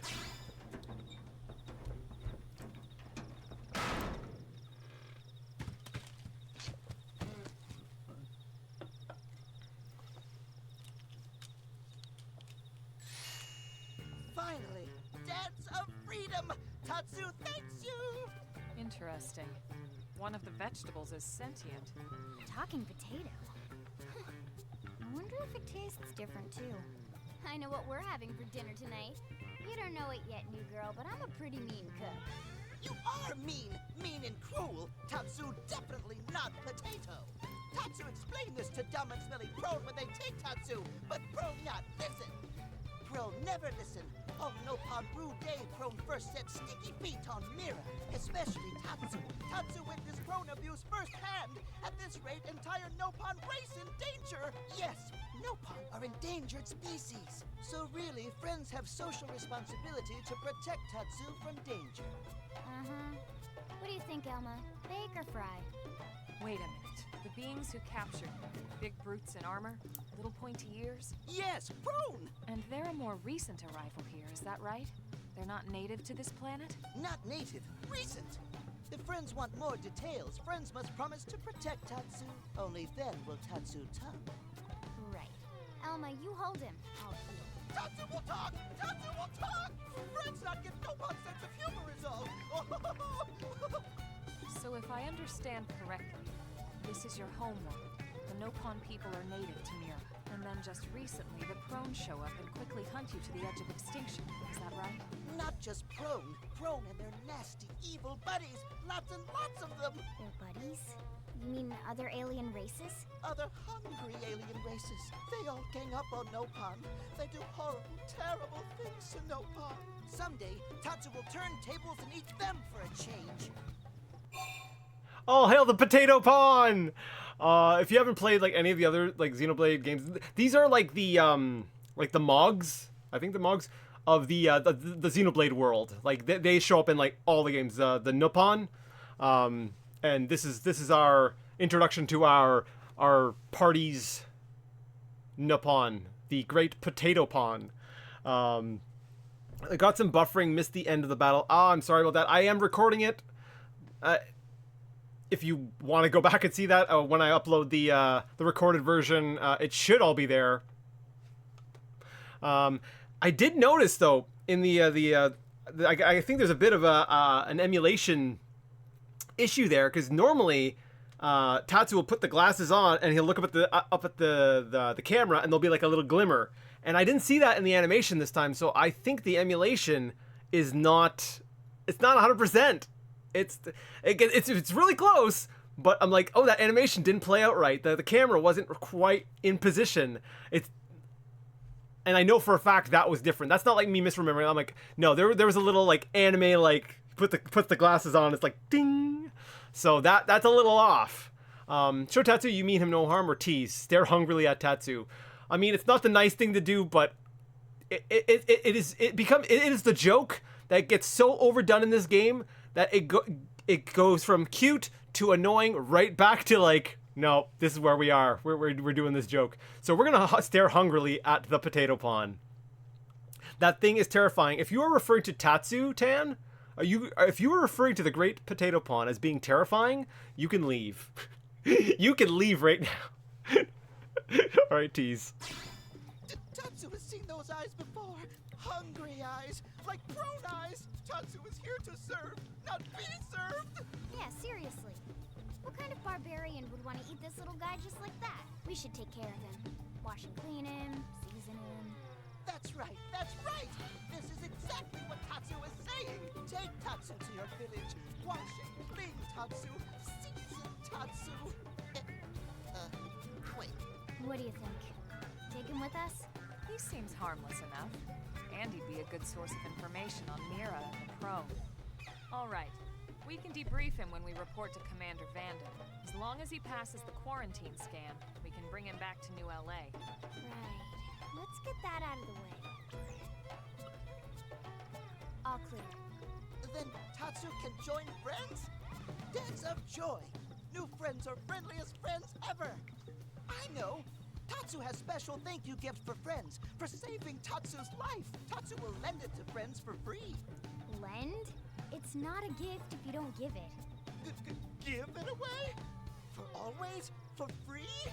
This would be insulting to friends and to Tatsu. No Nopon merchant worth his salt and pepper could do such a thing. Tatsu is grateful, but Tatsu not insane. What? It's insane to think if someone saves your life, you might actually show them some real... And he's not even listening. Friend, do you ever get lost? Tired of bulky maps and flawed memory? Yes! Yes! Tell me more! Tell Tatsu there's got to be a better way. Or tell Tatsu that it's not all who wander are lost. I mean, I like that, but let's play it, do it. Yes! Yes, Tatsu! There's got to be a better way! There is a better way. Friends, this is your lucky day. Presenting Follow Ball! Animation again. Follow Ball is #1 ultimate best super secret must-have Nopon item. If friends get lost out in wild, friends just follow Ball of Light to safety. And now it's yours, for free, to borrow. For now, anyway. Really? Follow Ball? That's the best name you could come up with for your super special thing? Meh, meh, meh. What would friend prefer? Fancy name no one understands so friend can feel smart? Now, time for Nopon Dance of Generosity. I don't know. Is that thing really gonna be all that useful? What if it's a trap, or boom, it just blows up in our faces? Ah yes, that reminds Tatsu. If Follow Ball get damaged, Tatsu need to charge friends full price, plus restock fee. So much for Dance of Generosity. Alright. I actually do like the Follow Ball. Advanced Survival Souls. I might take a look at our gear in a bit. Before using Follow Ball, select Mission Friend. Select Mission Friend Want Guidance For. So basically, it gives you something to follow that will kind of do some... For the most part, it does some decent pathfinding. That'll help you get to your what you need to get to, where you need to go for your quest that you currently have selected. So Follow Ball is super convenient Nopon treasure, but also total junk if no mission is selected. Oh, and Follow Balls sometimes get lost. So try to go easy on the Follow Ball. That's its way of saying the pathfinding isn't perfect. It's pretty smart for the most part. All right, so let's see. Report back to Commander Vanham at the Blade Barracks. So if I hold down R and push X. Wait, isn't that what it's? Oh, I was holding it down L. I'm such a silly. Holy crap. Oh. All right, let's follow the Follow Ball. It's okay. If you lose it, you can just send it out again. Let's try not to get into that fight again. I might take out that tyrant though. I think we might be... we're all level 10. It's a level 11. If it's alone, I might be able to take... we might be able to take him on. But if he's got like a party with him, I don't think we'll be able to... okay, I'm just gonna come behind you, if you don't mind. Sit back here.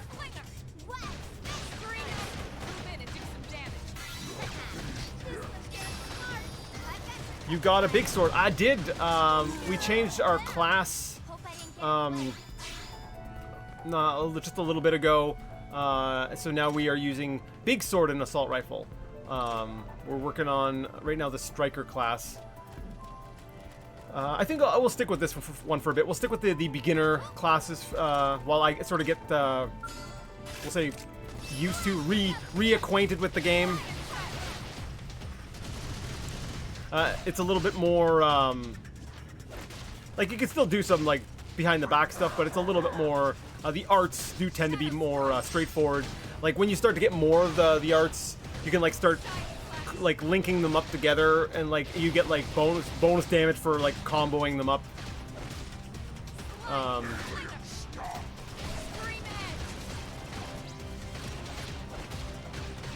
No soul voices? No, I'm just gonna, alright.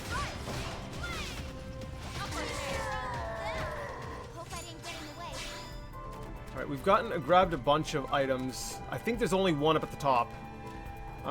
Let's save. Why? I don't know. Just because there's no penalty to dying in this game, really. But let's see if anyone else can use some better gear. My assault rifle's actually, yeah, is out of date. I might be able to use a gooder one. Advanced Soldier Assault Rifle. Now this one has an empty slot. I gotta get some stuff that I can slot in there.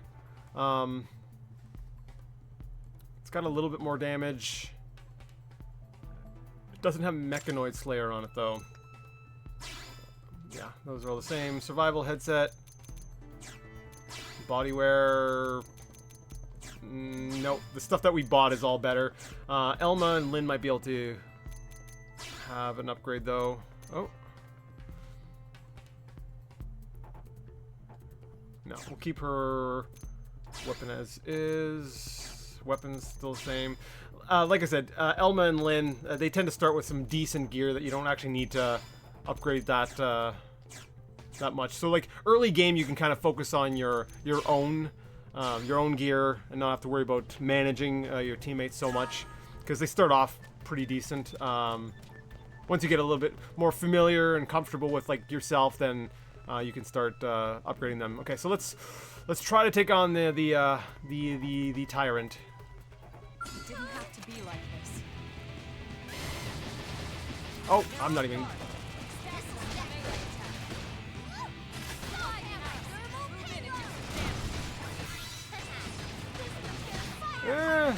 Langle the alien payload. That is a name. That is a name that you have.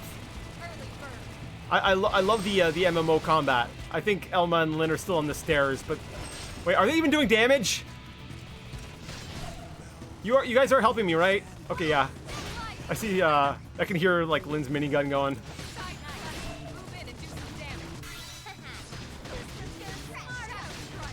I'm actually not too crazy about this because I was taking a lot of the focus there. Okay, I guess I saw it. There was a blue line for a second there showing that that he was aggroed on Lynn. If he starts moving over towards me, then I can switch over to the defensive stance. Oh, there we go. Now, your arts, you can use them when they're like lit up, but if you wait until the green bar fills all the way up, you get like a stronger version of the art. So I kind of want to hold out until I can get my green bar all the way filled up on my defensive stance. Oh, okay, hold on. Okay, yeah, this guy's done. I don't even think I'm going to need to use defensive stance on him. Oh. But it answered a soul voice, so we did it. Let's keep it up. That was not as bad as I thought it was going to be. Now, does that count as a... Oh, crap. Hold on. Does that count as a... Is that a shield? No, it wasn't one of the big tyrants. It wasn't like the big tyrant of the area. That's fine. Streaming on Wi-Fi is gonna lag at some point. I know, I'm sorry. I'm reading back a little bit, sorry. Running on Ethernet cable should help. I know that's easier said than done. Yeah, it's honestly, it's a mix of things. One, money. Two, my wife hates wires. Like, she hates wires. And I would have to, like drill a hole in the floor and everything, so... if I can get by without doing it, yeah. But yes, I agree it would be better if I was hardwired for the streaming. I apologize. Okay. I think I'm gonna try to avoid further fights. I feel like we've done our share here. I want to finish the finish off chapter 3, and then probably get back into like side quests and stuff. Try harder next time. I mean, I could just fast travel. Yeah, let's just fast travel. Keep things moving a little bit quicker. Let's go to NLA. We are going to fast travel right to the Blade Barracks.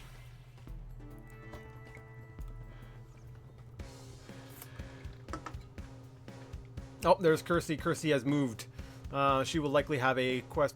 More of the quests tend to really open up once you done chapter 3. Chapter 3 is kind of like, all right, we're trusting you to go out and do your mission stuff, but I feel like once you hit like chapter 4, it's when like things start to slow down, and it's like, okay, you know all the different things you got to do. You got the basics of the story. Just go and get things done. Vandom, how you doing? Damn, losing Nelson's team is a real blow. But the fact we're not the only visitors on this rock is even worse. They made it clear they want all humans dead. For all we know, they may be related to the forces that destroyed Earth and followed us here. Wonderful. I'll report this to Secretary Nagi. See if we can't bolster our defenses. Just one last thing. What the bloody hell is this dancing turnip doing here? He's actually a potato. Tatsu, not turnip or potato. For last time, Tatsu is not food. Now, on behalf of Planet Mira, Tatsu welcome all Earth people and offer a friendly treaty of friendship. Yeah, right.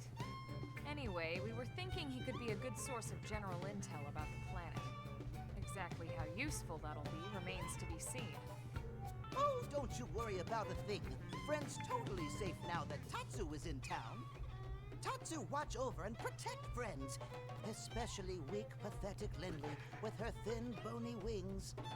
You mean my arms? Look who's talking. And who said anything about you coming with us? You can stay here, you greedy, annoying little cabbage.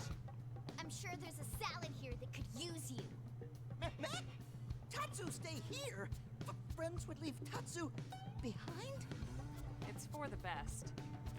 You said yourself your people are endangered, and the Xenos that captured you might still be out there. You'll be safest here in the city. Agreed. Tatsu not agreed? Friends will want Tatsu along. Friends need Tatsu along. How so? What? Well, that, of course. This planet have many helpful Nopon that Tatsu can talk to.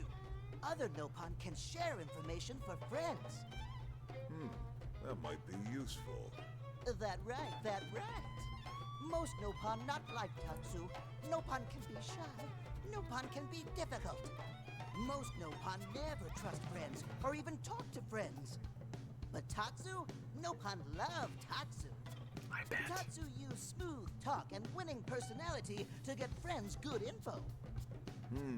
The tater tot has a point. Uh-huh. More like an ulterior motive, if you ask me. Tatsu perish the thought. Tatsu intentions are pure, Lindley. Pure as snow. Lindley intimidated by Tatsu's strength and smarts. But do not worry, Tatsu is true friend. Strength and smarts, huh?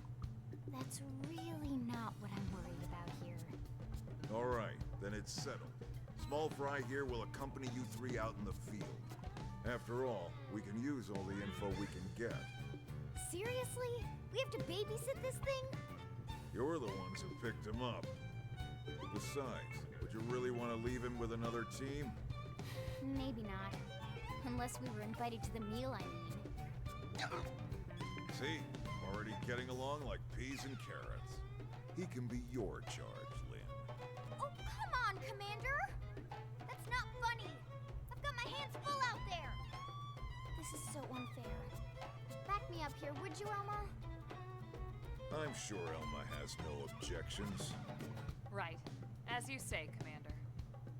Done and done. Welcome to Blade, Tater. We'll be counting on you. Yes, sir! And it's a Tatsu.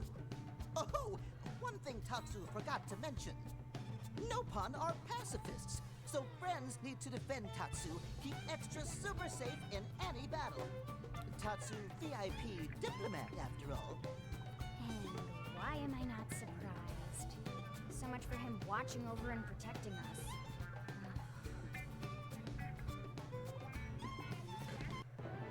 All right, I just remembered some stuff. No, forget everything I said. Chapter 4. After chapter 4, maybe, is when things... Because I'm like, oh, wait. Well, I guess it does. It opens up gradually, bit by bit.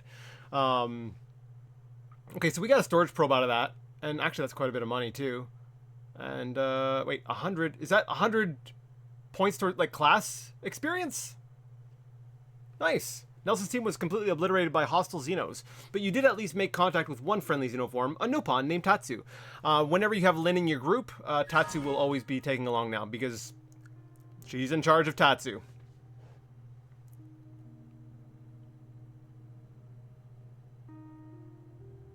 So, Rook, feel like you're starting to get the hang of things?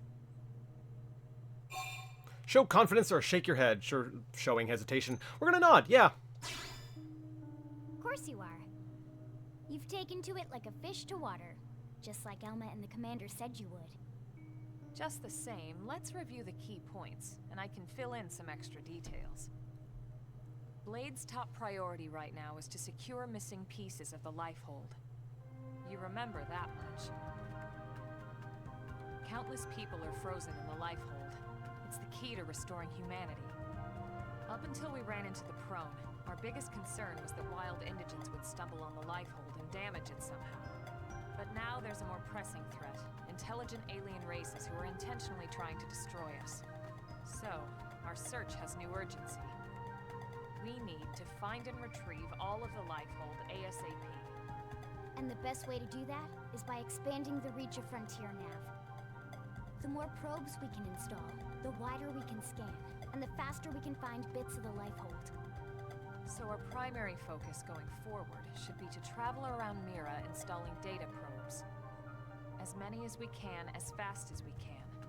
I can't stress enough how important this is. You still with me? Yep. Sure, Elma, you understand or look confused. Nah, I got this. Good. Then let's move on to the other pressing threat that Blade has to deal with. Hostile indigents. There's no real delicate way to put this. Any wildlife that poses a clear threat must be eliminated. The Lifehold is our future, but we can't ignore the present. We still have our duty to keep New LA safe. And sometimes that duty requires enacting coordinated strikes to solve problems before they can do real harm. We're the newcomers here, it's true. And they're usually just out to defend their territory. But sometimes it really is them or us. And we have to make sure it's us. Don't get me wrong. It's not like we run out there and light up anything that moves. Only Blade HQ can choose targets. And they tend to keep them strictly to creatures that pose a significant threat to our survival. In order to contribute to this cause, operatives are asked to form into squads to take on special missions. These squad missions, as we call them, don't get posted to mission control like your other, more typical assignments. Rather, HQ transmits the details directly to all of us at the same time. Basically, they want as many people to know about them ASAP, so they can be taken care of ASAP. I'm sure you can imagine, but these missions aren't your run-of-the-mill little fetch quests. It's not the kind of stuff just one or two Blades could handle on their own. That's why squads can have as many as 32 members. And it's why we ask members to sign up to a squad beforehand. We can't have Blades play musical chairs whenever this kind of emergency hits us. This feels so weird right now. But just remember, squad missions are not mandatory. You don't have to drop everything you're doing just to take one on. HQ has no way of knowing what every Blade is up to when these missions arise. If you're busy with something else, they'll understand. They need to trust our collective judgment with these things, and, well, so far so good. And I think that about covers the basics, right? Search for the missing pieces of the Lifehold, install data probes to expand Frontier Nav, and take on squad missions when you can to keep us safe. Got all that? Yes. I'm not even gonna bother looking at the other option. We're counting on you. Oh, I had a chance to talk. Briefing adjourned. Thank God. Yes, thank God. I talked about that a little bit earlier in the stream. All right, well, it's getting pretty late, isn't it? Yeah, let's call it a night. Oh, Tatsu's so excited to sleep in real bed. Lily can show Tatsu to his room now. Oh, your room is right over there. Oh, it looked perfect size for Tatsu. Wait, what? Tatsu know what that is. That refrigerator. We'll go in there to cool off. I guess you are smarter than you look. Well, Tatsu not want to brag, but wait a minute. Tatsu see what Lily did there. Backhanded compliment there. I talked about that earlier on the stream, the whole squad mission thing. That whole last part was basically just describing the online mechanic, advancing story missions. At last, your Blade adventure begins. Okay, so I guess, yeah. Main story missions can be undertaken via the Blade Barracks, but remember that they come with specific requirements. Yeah, at this point here, you have story missions are gated behind you completing other objectives. So you might have to meet certain prerequisites before you can continue on with the actual story. Like she's saying, I could have just read it. But remember that they come with specific requirements like level and survey rate. Good luck, Rook. We're counting on you to find the Lifehold core. Eleanor's advice. I mentioned I didn't need to go back and talk to her. Good job on your mission. 2 new features are now available. The first is Blade Reports, which allow Blade operatives to interact and share info. That's another online feature, which use this feature to coordinate mission, give advice, or even shower me with affection if you desire. And Scouting Blades. Next up is the Scout Blade Scout feature, which is another online thing. This allows a Blade operative from another team to aid you for a limited time, so you could like recruit other people's create a character.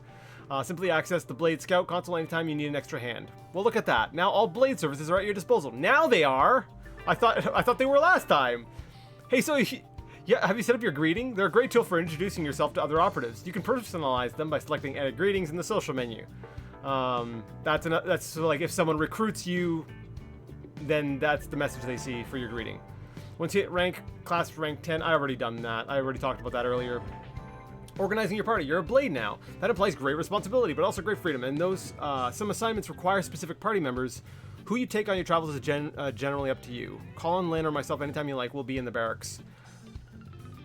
I think most of the characters that I would want to recruit, I don't even think they're even available until like after chapter 4. So, greeting sharing. Disable the setting if you would rather not see user generated. We'll keep it. It doesn't matter. Report sharing enable. Follow on Miiverse. That's dead. Display duration. This feature requires Blade report sharing to be enabled. Okay. Spoiler display. This feature. Okay, that's Miiverse. Messages while in menus. Online. Reveal online status. Blade Scout info. Automatically update. Like I'm just gonna like leave this default. Don't think it really matters. So after you get to this point where you can just start swapping out your party members whenever you want, you get your little bios that you can look at. And so like I mentioned before, Elma's Full Metal Jaguar, and because like all the NPCs that you get only have their one specific class, they get signature arts. Is it their signature arts? They get a special art that you can't get otherwise, or theirs is different. It's better. So her Shadow Striker, her Ghost Factory is a little bit better than the normal kind you'd get, I think. I can't remember the exact details. I'll have to read the Prima strategy guide. All right, we already know. Okay, so Arena. I guess maybe Arena is recruitable now. Oh, so is Gwen. Doug? Really? Oh, maybe I should have read that stuff. Anyways, segment of, okay. Yes, segments have been updated. So onward to Tater Quest. Doc Jade had to DoorDash. I'm just getting around to the chat now. Sorry, there was so much dialogue there. Had to DoorDash an Ethernet cable in the middle of his first stream because the buffering was so bad.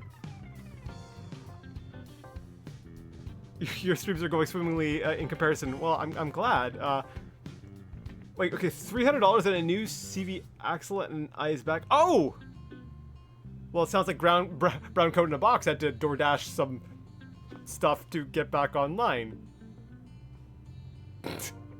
Woo, tutorial finished! Yay! It only took us 5 hours. 5 hours, 18 minutes. Yay! What was that? Alright, so they're saying that stuff got updated. Character hangout details. Lynn can often be found here. Yeah, so when you have a character leave your group, they will have a spot where they're more likely to hang out. They're not always there. Sometimes they'll go to different places at different times of the day, so they kind of have their own lives-ish. New Elma can often be found here. So this is where Elma can most commonly be found, and Lynn can commonly be found here, but not always. These are the affinity missions. Affinity missions are kind of... They're missions that circle around specific party members. And they're like personal story missions. A lot of Xenoblade X is actually about a lot about character stories. Honestly, it's a lot about the bulk of the good stuff is actually all in the side content, which is why I kind of wanted to get to that point as quickly as possible. So like this here, it's an affinity mission. We were soldiers. Okay, I know exactly which one this is. I remember this. So required for this one, we need to be level 12, a max number of 4 members, and restricted members are Irina, Gwyn, and Doug. This is what I was thinking of when I was like, oh, you can't really have them, is because if you have them in your party, parts of the cutscenes and stuff don't make sense. So those 3 characters are restricted. You can't have them in your party at that time. The red thing up here, that is the next story mission. So before we can take on Chapter 4, we require level 1. I would need to have, let's see, progress requirements. Survey 15% of Primordia. Complete Blade level basics and a professional mission. I think we've done that. But I need the other 2, Elma and Lynn in my party, which they're not? Oh, I guess not. She's standing at the table. I guess I should recruit her. Survey 15% of Primordia. I don't think we're up to 15%. We're at 9.68% of Primordia, which is actually more than I was expecting. Progress requirements. Okay, that's actually nice that you can reference that while on here. The other... Oh, actually, that's nice that I don't have to actually go to the place to check the affinity mission. So there's the repair job, which is level 13, so I don't think we're doing either of those affinity missions right now. I'm going to recruit, because why not? I'm going to recruit Elma and Lynn. Need help with anything? Our division mission's progressing. If you don't object to my presence, I'd be happy to join you for a while. Yeah, sure. Like, come on. Stay sharp. We'll grab Lynn, and I think now we can, yeah, we can grab a 4th party member. So we'll see if we can, go find someone else to join us too. Oh. We'll go grab Lynn. So Tatsu's gonna come along as well. Let's head out. You want to cycle out the party members every once in a while so that you can build up your affinity with them, which is often a requirement for affinity missions. Let's see here. The CV axle on my truck broke. Oh, that's what a CV axle. I don't know stuff like that. Wait. That sounds bad. That sounds really bad.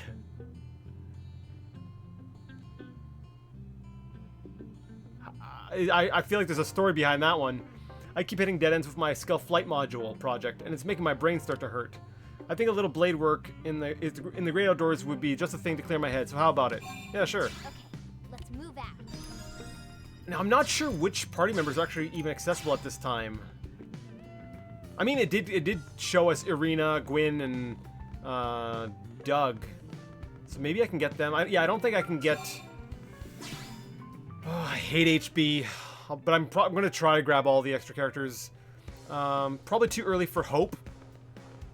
Murderous? No, it's probably too early for Murderous too. Okay, let's go talk to Eleonora first, because she's gonna give us some stuff we need. Seems you're already well on your way to making a name for yourself. I've been hearing stories around Blade headquarters. One day you're outgunning hostile Xenos, the next you're adopting strange walking delicacies. Oh, potato pawn.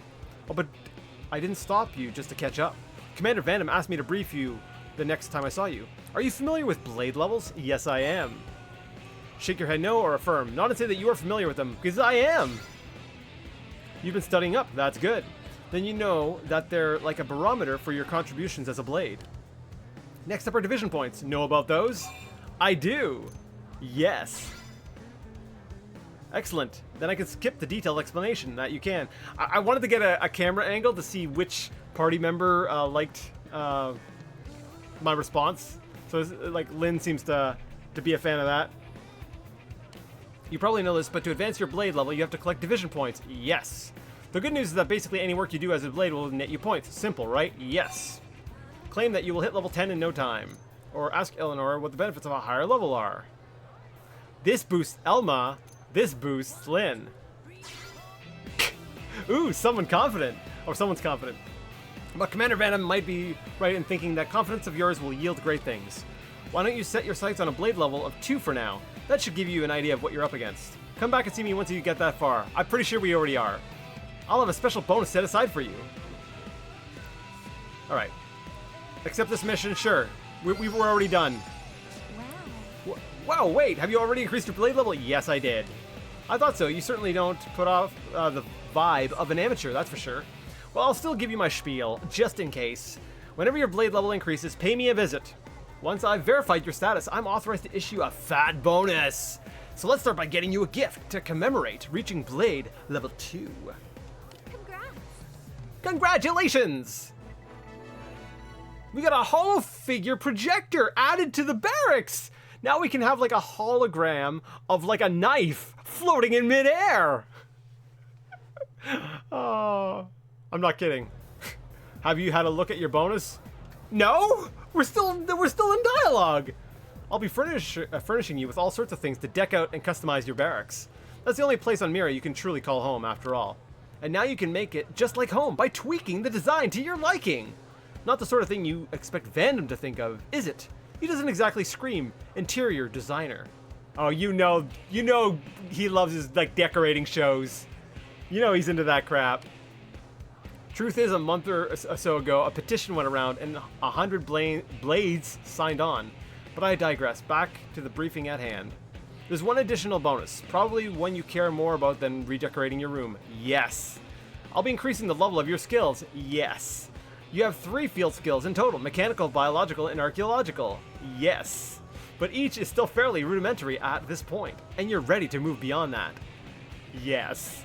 Well, I've got good news. As a part of your bonus, you can choose to improve one of your field skills. You may think it's a little cheap of us to force you to choose one at a time, but believe it or not, it's for your own sake. Not really. It's arbitrary. It's butts.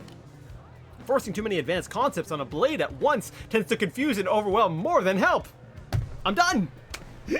How can you say that with a straight face after you just sat me through a 5-hour tutorial? Really? Like that's okay, sure. Not to mention that if misused, someone could take that expertise, hack the computers in Blade Tower, and endanger all of humanity. Right. That's why the highest tiers of technical skill are reserved for people who have proven themselves trustworthy. Those with high blade levels. Alright, enough lecturing. Time for the fun part. Which field skill will we be boosting for you today? We're going to choose mechanical. Because to put down probes everywhere we want, mechanical is required for that.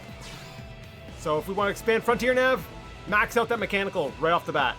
Alright, your mechanical field skill is officially enhanced. That's all for this round's bonus, and for the briefing. As of today, you're a proper blade, yes. Now get out there and earn those division points. I'll see you when you hit blade level 3. I'm always here in the meantime, good luck and have fun. Are we already level 3 yet?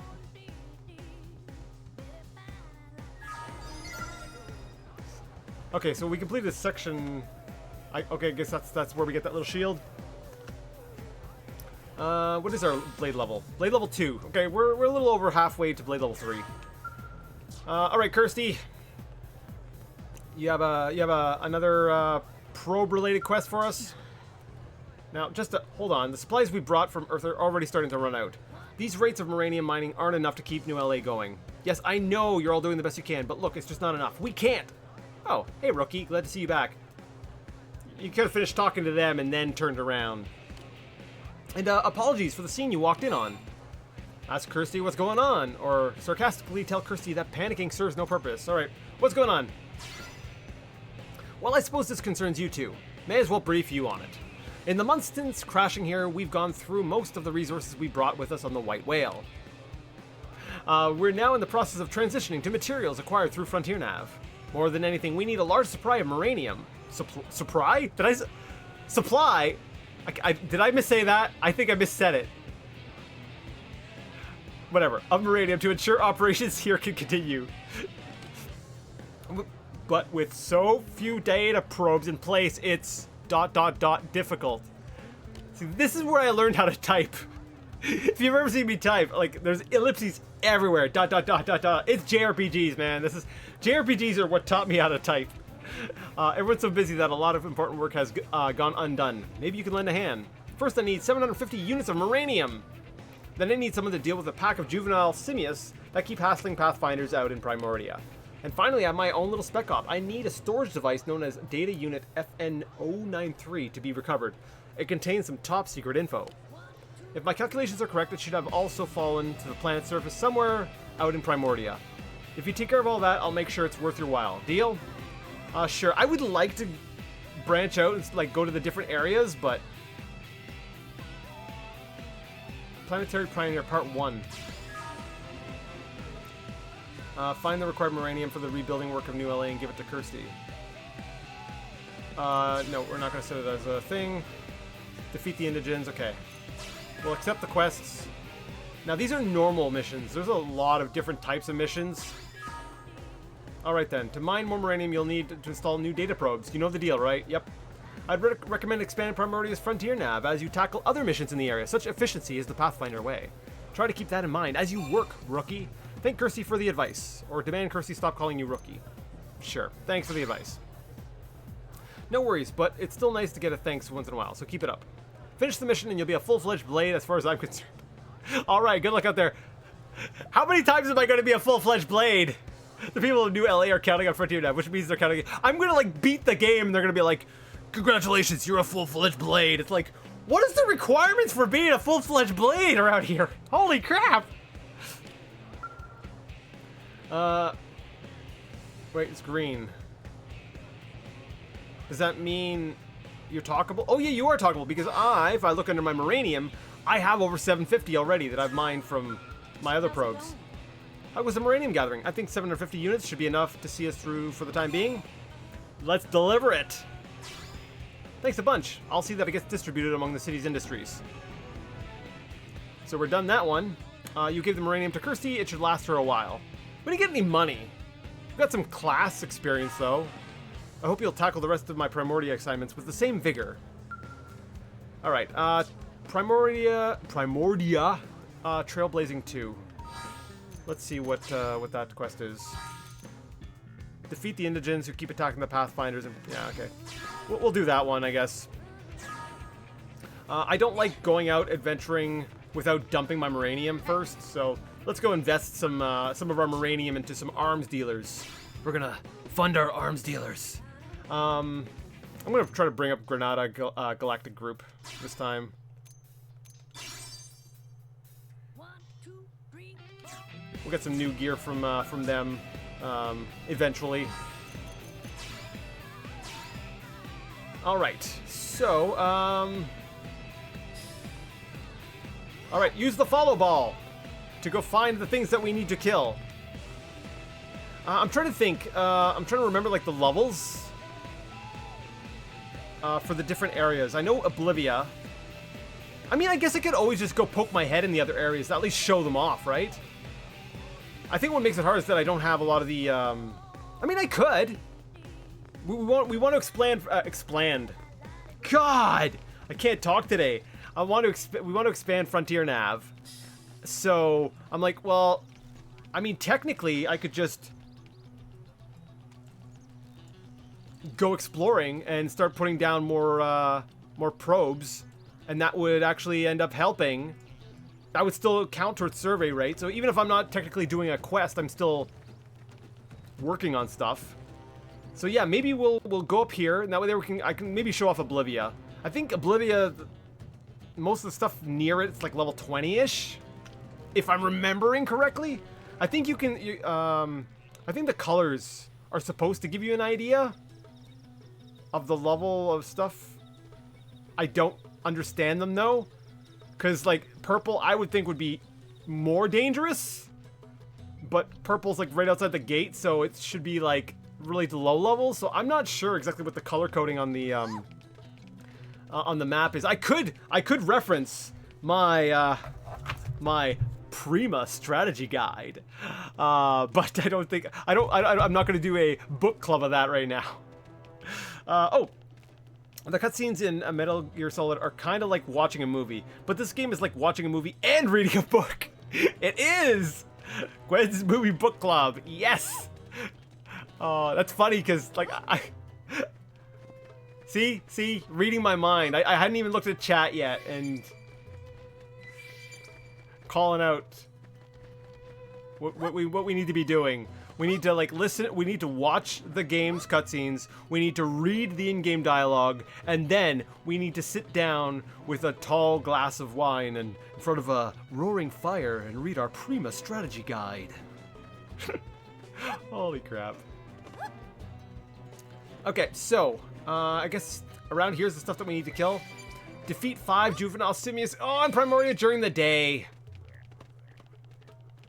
Okay. So, we need to kill things during the day. Those simians, we've seen them before, right? They're running around there during the day. Now, in other Xenoblade games, you can... I'm pretty sure you... I don't think you can in X. But in the other Xenoblade games, you can kind of change the time at any point. You can just be like, nope, I want it to be daytime, and you go into the menu and change it. In X, I'm pretty sure, I might be wrong, you can come to these outpost points, or these little camps, and I guess rest at the place until the time that you need. So we're gonna rest until, I guess, 6:01, early morning. That'll give us enough time to sort of jog over to where the simians are gonna be.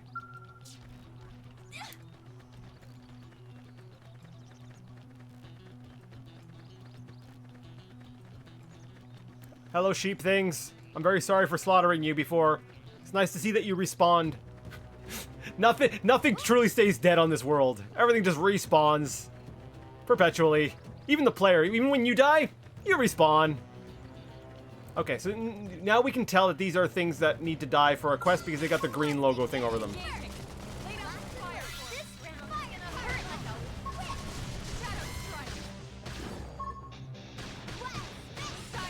Holy crap.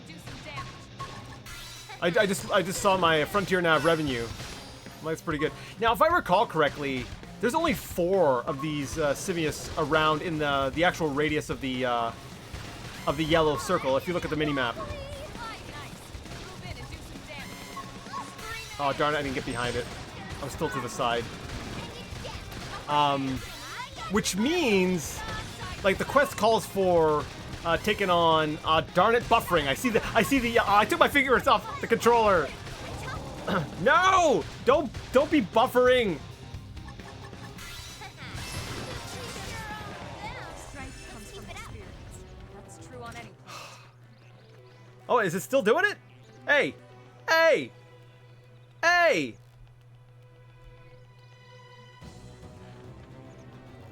YouTube is not receiving enough video to maintain smooth streaming. As such, viewers will experience buffering. Okay, if I just sit in one spot, will that even things out? Is that enough? Is that enough video? There's less things moving. Is it easier to send that signal? Maybe? Who knows? I don't know. I mean, the preview seems to show that things are running fine. Okay. Okay, well, I guess. Anyways, yeah, so there's only 4 of them that can be used for the objective. So we're gonna have to use a stupid trick to get them to respawn the group so that we can take out all 5 needed for the quest. That's a little annoying, but... Yeah, got a little buffering, but seems to be fine now.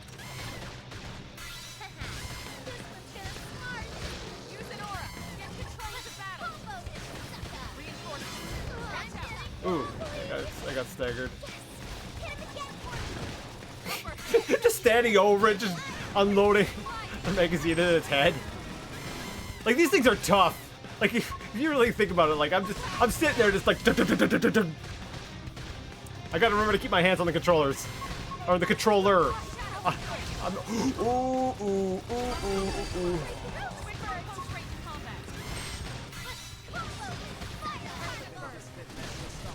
Okay, what did I get? I got Tornado Blade. Okay, so deals weapon damage, but with an aura, it also boosts my TP. Okay, so I don't have an aura on right now, but if I use my defensive stance and then use Tornado Blade, I think that's what it said. I think I got what, your bottle of weak sauce? Like, what does that even mean? I've got your bottle of weak sauce? Is that like a debuff? Taunt?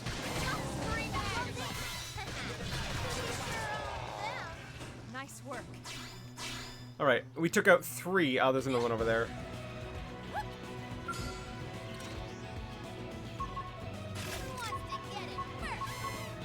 Hey. They're off guard. Stagger them with a melee attack. Okay. Knock the thing down. Shoot it in the head.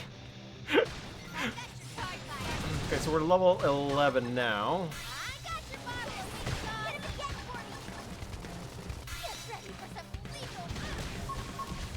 Oh, oh, oh, oh, oh, oh, oh, oh, oh, oh, oh, oh, oh. Stay back. Move in and keep the rhythm going. Okay. That scared me. I was like, oh no. Do not aggro. Do not aggro the big one. We got him. Let's move. Okay. So, we've killed 4. We need to kill 5, but there's only 4. So, we need to create more enemies so that we can complete the quest. So, what we're going to do is we're going to fast travel. Oh, no, wait. There's actually a better... Oh, that's right. I can't do that method. Okay, so when you get your Skell, when you get your big robot, you can fast travel to where you left your Skell. So if you get out, you can use your Skell as sort of like a fast travel point. So what you can do in these cases here later in the game is you can get out of your Skell and then fast travel to where you're already at, and it will reload the cell and give you the enemies that have respawned. So in this case here, I sort of fast traveled to a nearby point, and that should have respawned the enemies we need to kill for the objective. There we go. We only need to kill one of them, though. We don't have to kill all of them. I might want to reorganize my arts a bit. Just so that they're kind of like positioned in a way. Because I know later I'm going to be getting some... I think I might be getting some... Yeah, there's some arts that they're like, when used as part of like an art combo, they do increased damage. And what that means is like, if you use like a bunch of arts in succession, and so in those cases there you'd want to have... Oh.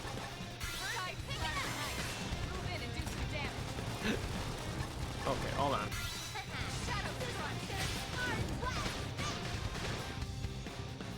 on.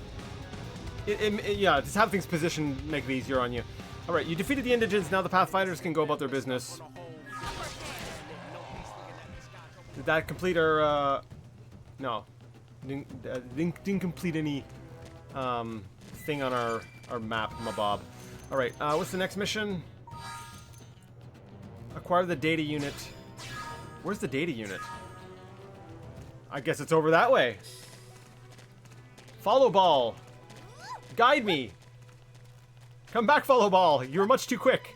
I know the follow ball, I'm pretty sure it does change its speed depending on how fast you're moving. Oh, hold on, I've got to force science this. So I'm running normally, and it moves at this speed. Okay? See, it seems to be getting away from us at a certain rate. Okay, now if I start running... Dude, I'm trying to do a back-to-back comparison, and you're all, like, just showing up and, like, messing me up. Come on. There's a Balchinian... There's a Balchinian bird in the background, in case you missed it earlier in the stream. The bird's got, like balls hanging off their necks. It's, rather disturbing.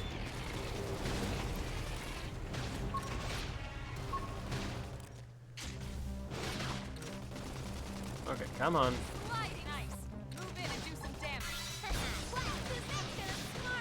Oh, wow.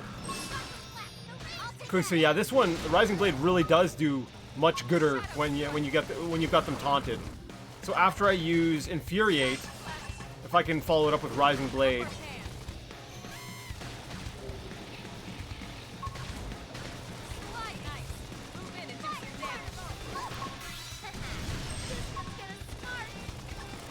So let's see here. Infuriate.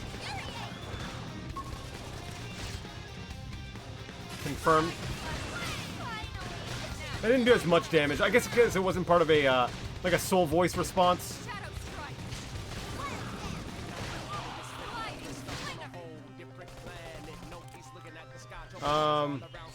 Warning, random game chat incoming. Oh, from you? Let's move. Or have you played Mountain Blade? No. Well, wait. Yes. I mean, no. I mean, I think I've installed it, walked 2 steps and went, I don't want to play this, and turned it off. Does that count as playing it? Because I think that was my experience with Mountain Blade. Because I think I've got, like, there's a bunch of different versions of it, or expansions or something, right? There's like Mountain Blade this, Mountain Blade that. I'm pretty sure I have a Mountain Blade. I don't know which of the Mountain Blades, if there are more than one, that I have, but I do recall installing and ultimately not playing it.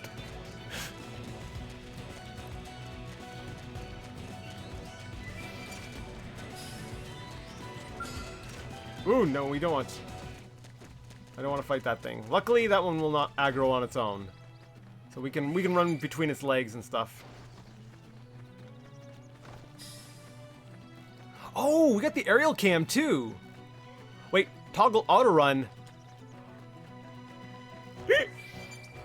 Oh, that's nice. I can actually just... there we go.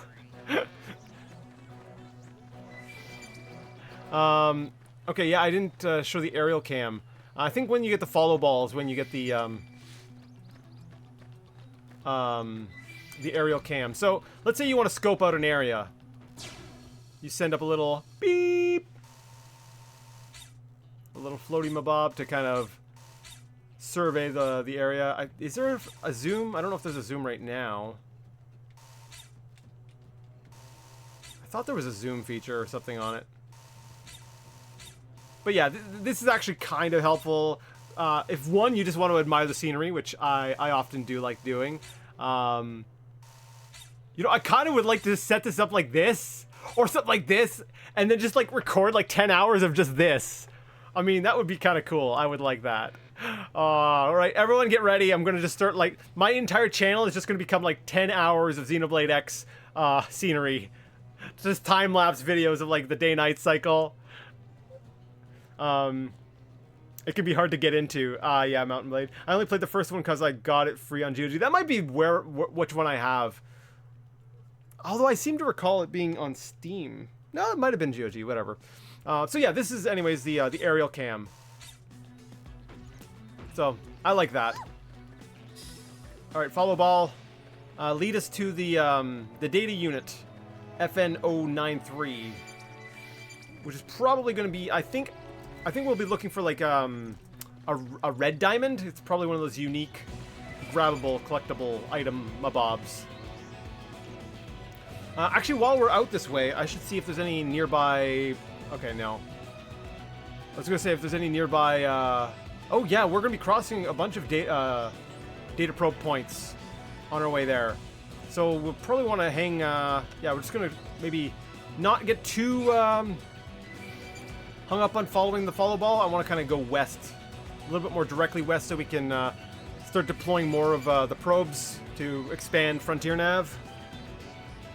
That really is a lovely scene. Yeah, I liked it. That's another reason why I really love Xenoblade X. Is it kind of gives me a little bit of everything I want. Like if I just want to like explore and just run around a world that's actually got like a lot of really cool scenes here and there. Like I'm looking at the time. Oh, holy crap, I am looking at the time. And I know I've got to stop. I said I wasn't gonna go for like 3 hours, and here I am. I'm just getting sucked into the game. I might go to this point, collect this thing, and then I might just take a step into Noctilum, which is a different area. from Primordia, because that one's kind of neat. And just to show off a little bit more of like the scenery. But yeah, I like it because it's got mechs. And I like how the mechs are done. Like the combat's a little bit, it's not as cool as it looks in the cutscenes, but I still like it. I kind of actually like that the mechs have fuel. It's like a balancing thing, obviously, because they are stronger, which is nice, because a lot of times I feel like if they add mechs into a game like this, they'd want to keep things like, well, it's really, they got to keep it really weak, so it's like the same strength as like a normal character, but it is stronger, and it like it feels like something strong you're using, and I like that. I like the fact that, like I said, that it's balanced by using like fuel, which you can use Moranium if you really want to refuel without letting it refill on its own and stuff. Yeah, I gotta be careful. There's some hostile things around here, high level things. Okay, so we're close to. I'm looking for. I need to look for like a big red light shooting up into the sky. Is it? I'm wondering. Is the hold on. Okay, I see a. I'm gonna stay closer over here. Aerial cam. Okay, can I see the frontier nav point? No, I'm stuck in a thing here. I don't see where I can deploy it. It might be. We might be under the big, large rock overhang, so this might actually be one of the areas that we can't deploy a probe until later in the game when we get, like, flying skells and stuff. But yeah, like, I like, kind of along the same lines of, like, how we saw how the armor is made up of multiple pieces. You know, you can also kind of customize the skells and stuff in a lot of that kind of granular detail. So it plays nice with that part of my mind. It also plays with the exploration part, like the freedom and just going all over. Once you get out of the tutorial area, like, holy crap. And then in addition to that, like, it does have some, like, nice scenery. If I just want to chill, right? If I just want to play a game where I'm just, like, relaxed and, like, doing nothing and just looking at scenery, like, it can kind of fill that role for me as well, too. An alien wreckage. No! Oh no, the buffer. Sorry! God! Stupid buffer. Why is it acting up today? Looking at the skyboxes in games is one of my favorite things to do. Yeah, me too. Yes, I also enjoy that. The other M&B games are pretty much the same, but bigger and better. Warband is dirt cheap when it goes on sale. I think I have Warband. I'll have to look and see which one I've got. I thought it'd be the type of game you would like. It might be. Like, there's some games that I bounce off of initially, then go back to, and I'm like, oh no, never mind. I should have liked this the first time. A lot of scary enemies right here. There was an outpost. There was like a camp nearby that I didn't go to. That would have worked as a, I think as a fast travel point. I should have gone to it. Patrol chopper wreckage. Gain a little bit of experience. Okay, so if I die, where am I going back to? Yeah, I should have hit up the, Alright, let's just keep pushing west and hope we don't get killed by anything.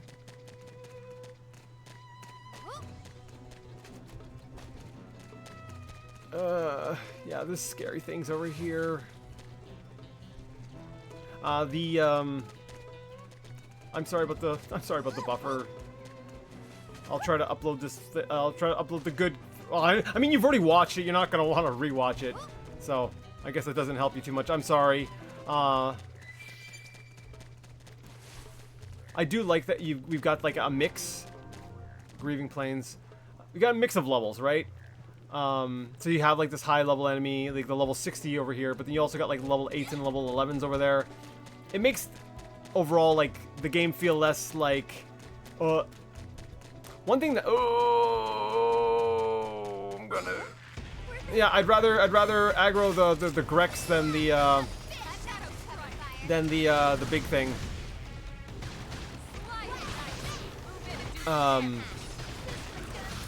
When I played World of Warcraft, one of the parts that kind of annoyed me was this idea that, like, oh, you went to this area and like everything in this area is between levels like 10 to 20.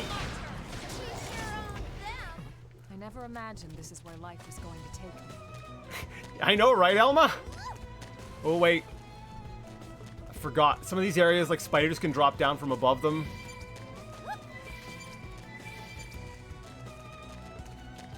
Okay, I need to find another camp or some sort of fast travel point. We are in the middle of a thunderstorm. I should open up my Prima strategy guide to see what effects this is going to have on me. Alright, so let's see here. What was it? Thunderstorms. Thunderstorms. Ranged accuracy is down by 2. So ranged accuracy is much lower. Beam attack is dropped down, but electric attacks are up. Don't really have any electric attacks, but basically my sword is going to do much better than my assault rifle in a thunderstorm. I admit the first few hours consist of getting your butt kicked. Oh, it's elite! It's elite, but like not in space. I spent a lot of time at the arena at first. The combat requires some finesse, but it's great when you finally figure it out. Do I want to go up that way? Where am I? Oh, wait, I'm here. Yeah, I guess I do want to go that way. All right, we'll follow the follow ball and hopefully get through things without aggroing too much. Oh. Wait. That level 8. There's a green marker over it. Oh! Connor, right? Didn't Connor give us a quest to take out a big Sinicula? This must be the thing that Connor was talking about. All right, Bolt Sinicula, let's do it.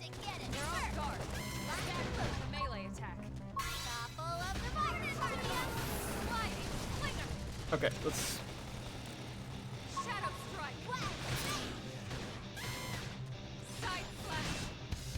Ouch. Oh, resistant, interesting.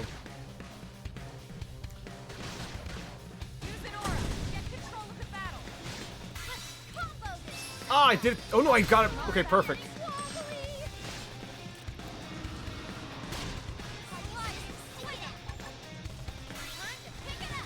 Power dive.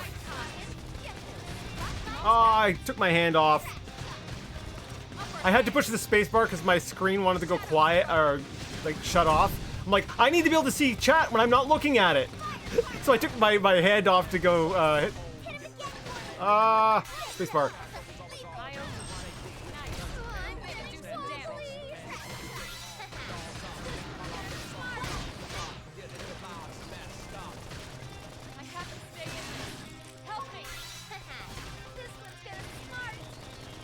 I don't know that I can't. Oh crap! I can't. I do not have the. I do not have a green skill on off cooldown.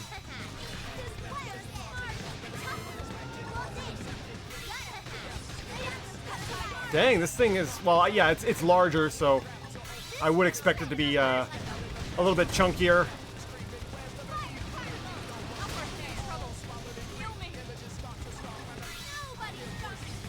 Yeah, maybe I should take another look. We've played for a little bit now. I should probably take a look at my gear again, because I feel like we're having a little bit more difficulty with this level 8 than I expected. But here's an example of what it like with size, what kind of impact size has.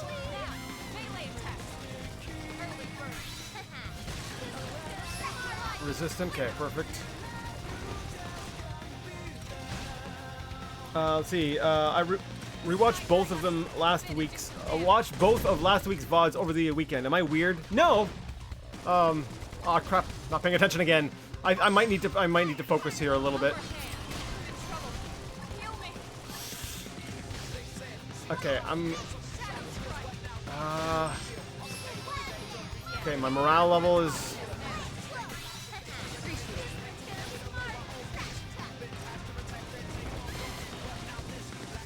Morale level still at 2. Don't want to let that get down too low.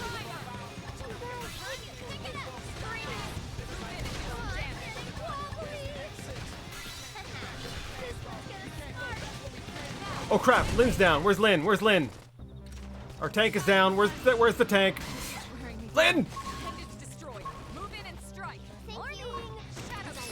Okay, Lynn. Get that aggro off Elma. Oh, no, no, no, no. I need to build up my TP much quicker. Oh, okay, we got a topple on it. That might spare. Yeah, okay, so I see the blue line.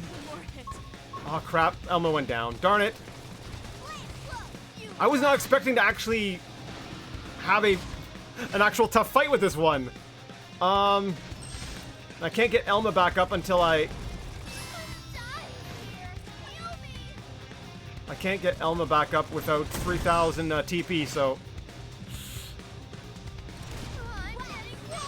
I might need to... Defensive stance.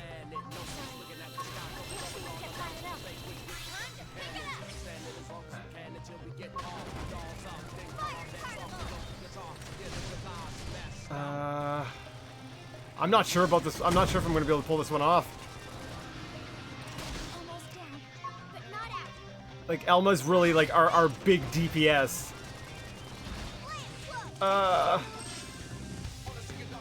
I'm close. I've got...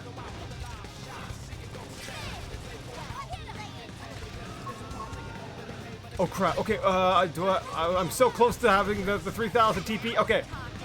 Elma's up. All right. All right. We can do this.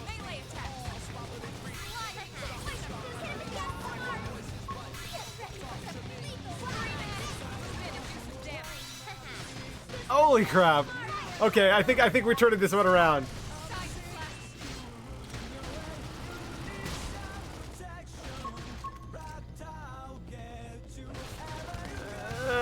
You know what?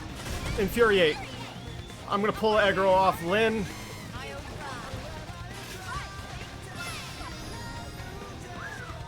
There we go. When I rewatch, I pay more attention to the game itself without getting distracted by chatting. Okay, yeah, I guess that makes sense. I know I'm very distracting. Tank top yellow camo. Man, all our rewards are like tank tops. You defeated the Bolt Syndicate and completed Connor's request. And we got our little shield on this part of the map, so that's going to count towards our percentage. What level? Did we get any level ups? We're still like level 11.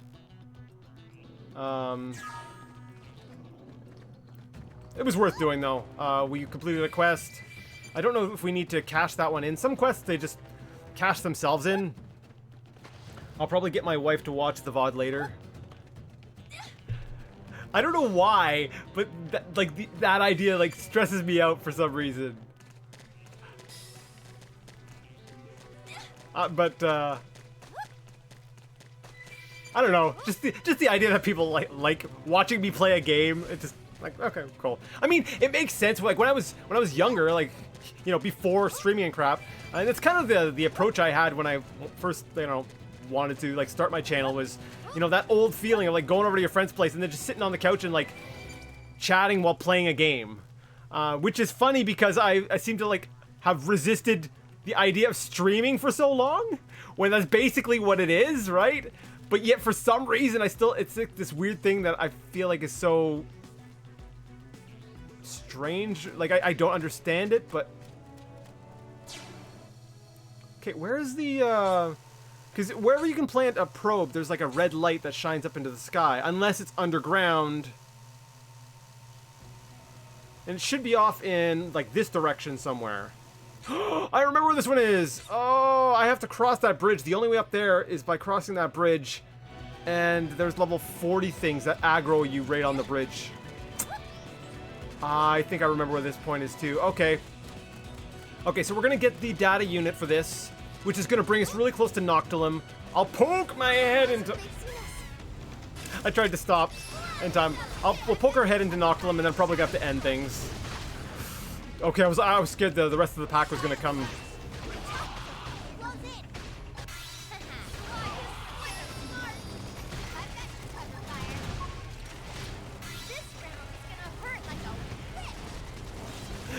This round's gonna hurt like a witch. You know what they wanted to say.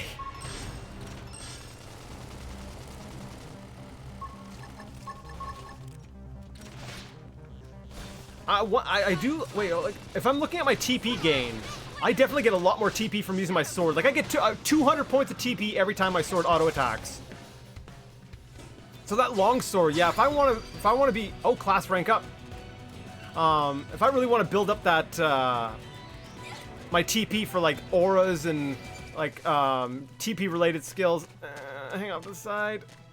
Okay, they're not coming for us. I mean, we watch your other videos and talk to the TV like you can hear us. I can. That's probably weird, huh? No. I watch like animated shows where there's like literally no living person on the side, and I'm yelling at them. It's it's like the whole thing of like when you're watching a horror movie, you're like, don't go in there. Like, no, dummy, they can't hear you. So no, I get that. I don't think it's weird at all. I think it's a weirdly human thing.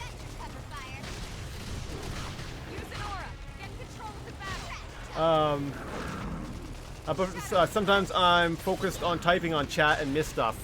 Yeah, I get that.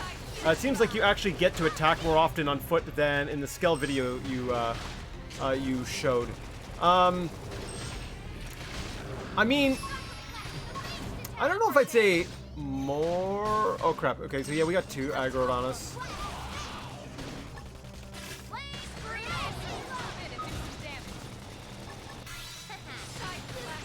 The flame grenade attack, it does increase damage to toppled opponents, so I saw an opportunity there. I wasn't responding to a soul voice, but there was a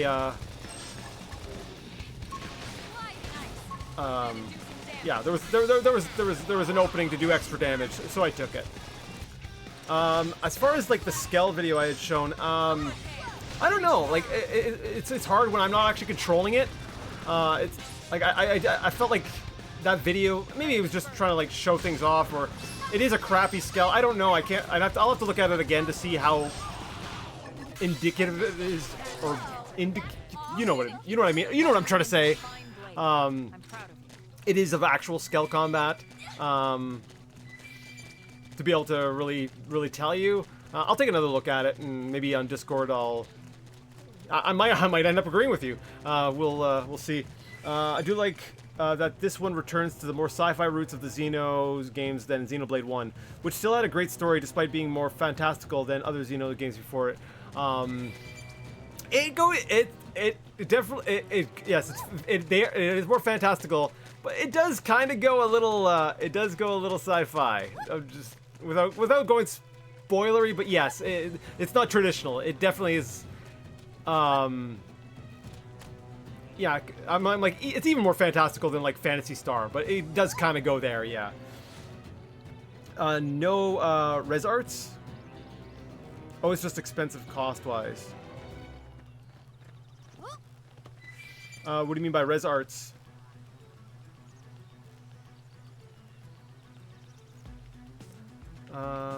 Where's the thing? Okay, we'll follow this.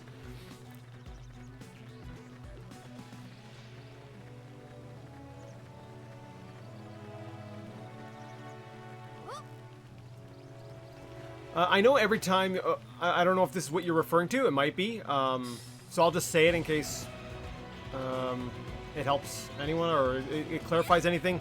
Every time you use an art in a Skell, it uses some of your fuel, like it uses a chunk of your fuel. So maybe Buddy was trying to reserve more of his fuel and wasn't attacking quite as often. Like I said, I'll have to look at the video again.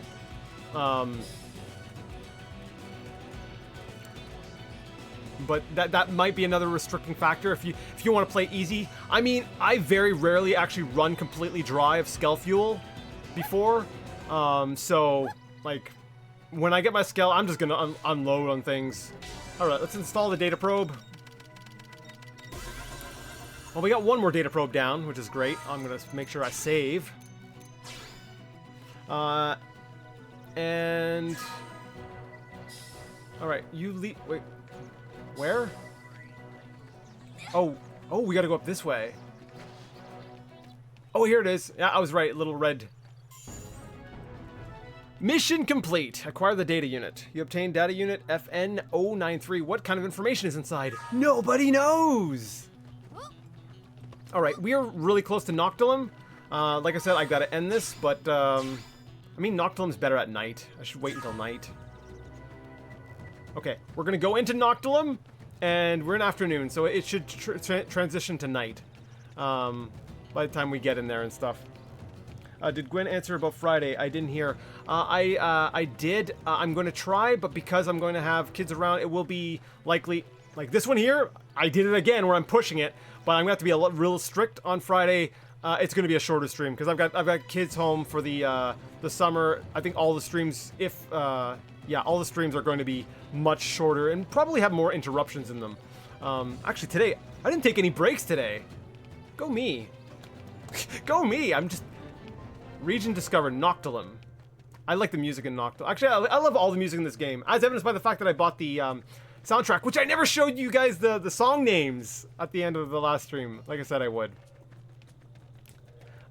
Maybe I'll have time to do that.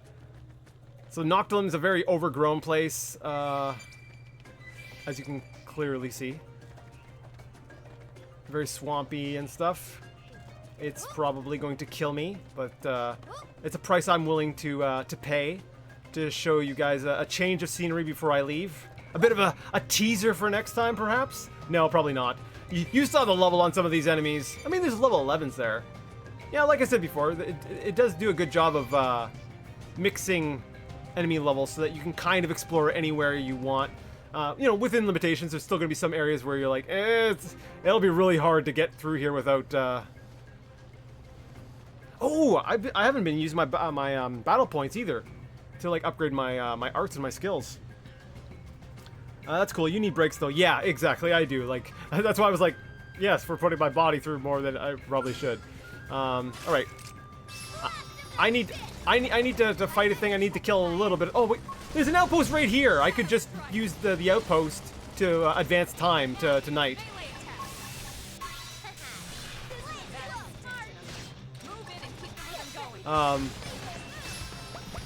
Whatever. I'll get experience out of it.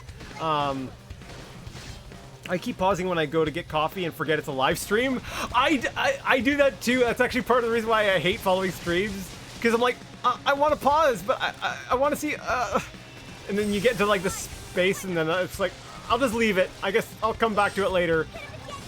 The difference is with me, I usually don't get back to it again. I'm bad for that. I ADHD and I go do something else. I had every intention of going back to these things, but then I just ultimately don't. Alright.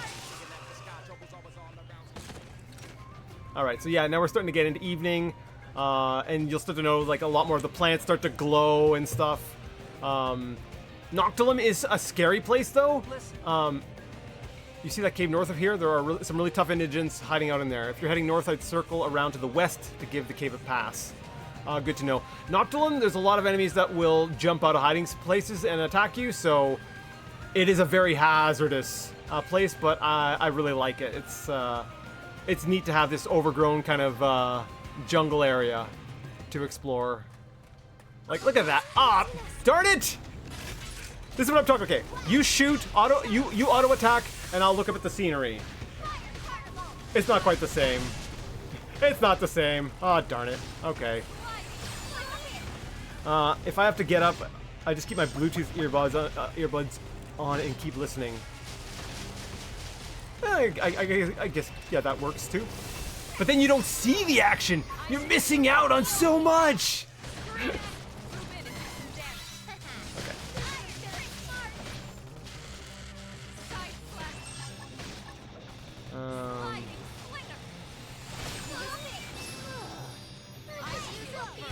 Okay, can you like die, please? That would be great. Oh, yeah. The other neat thing too. That's right. Each different place, like territory and area, has their own weather effects too. So yeah, I like it. I'm actually glad I'm doing this. All right, we're gonna stop things here. I did remember one thing.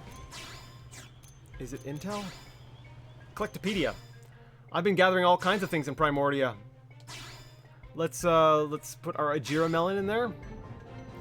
Got 2 more battle points. I'm gonna probably spend those next time. Oh, did we get all the vegetables? I made Dresden tomato. That's actually a rarer random pickup. Row complete. So, item knife series. Okay. Remember I mentioned the thing about the hologram? The hologram thing in the barracks. We'll probably look at that next time too. We just got the knife series. So if you want a hologram of a knife that you can look at, we just unlocked it. Oh yeah. Sonar lemon. Cran jelly. So we got the Gemmels series. I don't remember what those are. I think they're like guns. Kirin catnip. Nirvana jonquil. ZZ rabbit. That's right. Fauna, the smaller animals. I kind of wish you'd actually see them. Like, it'd be kind of cool to have like these little lizards and stuff like that you're actually collecting instead of just the blue diamonds. But got a lot of insects we've gathered. All those little blue things that I run around to grab. Yeah, that's what these are. We got 2 battle points out of that. Plus, we completed the line, which means Granada medium, female. That's another hologram thing for armor. White iron sand. Parts of the wreckage. Centrifugal beam generator, humming stone. If I have to get... Okay, I really wonder why Xenoblade 1 to 3 don't have pilotable mechs. I know, right? Especially coming after, like, Xenosaga, which, if I recall correctly, had mechs, right? Or was that Xenogears? I think they both did, didn't they? Or mechs still played a role, like, you'd still think. I know, yeah, Xenosaga did. I really have to play those. Those flying plants remind me of the enemies from FF8 Botanical Lab. That's another game I should... it's like I should, but I don't want to play FF8. I know, but coffee has to come first. Priorities, I understand that. It might have just been resources why they don't show the bee bugs and stuff in game. Yeah, I bet they could show them on the Switch. Yeah, you know, honestly, I bet they probably could do it as well on the Wii U. I mean, they did Breath of the Wild, right? You're gathering little butterflies and lizards and stuff constantly. I think it's probably an you know, a difference in, we'll say, oh, maybe not system resources. Maybe not, more so, we'll say development resources. Because Zelda, they're going to be able to model all those things. But I mean, Xenoblade's got quite a bit of backing. An ancient allure, covered in jumbled and undecipherable lettering. These cylindrical objects have been found scattered across Mira. The Pathfinder Clarissa gave them this name while struggling to decode them. That's interesting. I always like looking at the curios in the Xenotech you find. A prototype high-tech device that allows the user to see through walls. It seems like true cutting-edge technology, but unfortunately broken. Yeah, both had them. FF8 is not great, but it's fun if you min-max. Probably, yeah, that's one of the reasons why I'm not too looking forward to it. So, Primordia, 61% of the collectible things. Not too shabby. Alright, so I don't know how to actually show the names of the... Oh, yeah, actually, there we go, True Nighttime. Other areas look nicer, especially when you go over by the there's waterfalls up further. Like, this area here is really neat looking. If I can turn off the... you still got the overlay thing. You can kind of see there's like a waterfall ledge leading out to the ocean and stuff. It's nice. We're just at the entrance to Noctilum. Anyways, that's gonna have to end it. I've definitely pushed it farther than I should have. Give me a second. Can I find... I'm like, can I find the song names for... Nah, it's gonna be a pain. I'm gonna throw... Okay, I'll have them ready for next time. I'll throw them on the Discord. If you come into the Discord, I'll have the picture. Next stream, I will start off with the picture right there up on the thing. Bye, Gwen. See you guys on Friday. If not, see you next time. Yes, it was good to have you along again, Robert. Have a good one, Robert. See you around. You as well, Snake and Tan. Thanks for the stream. You are very welcome. Thanks for coming by. And so, okay. When I'm recording like a Let's Play, and nobody's there, it's like, it's expected. But when I'm recording a stream and nobody's there, it's sad. So yes, I'm very glad to have you guys around. Thanks for the stream. Hope your day goes better than yesterday. Thank you. Yes, it already has. I got to hang out with. I'm so nitpicky on words. I'll use the word with friends. I'm hanging out with friends playing a game I love. Yeah. Overall, it has gone better. So thanks so much for that. Thanks for the stream, Gwen. Thank you. You're welcome, Snake. All right, so that's gonna be it. I will get to uploading this right after I say bye. Bye. Game on. Whatever things else I have to plus up, thumbs down, comment. Oh, squad thing. Bye. Holy crap.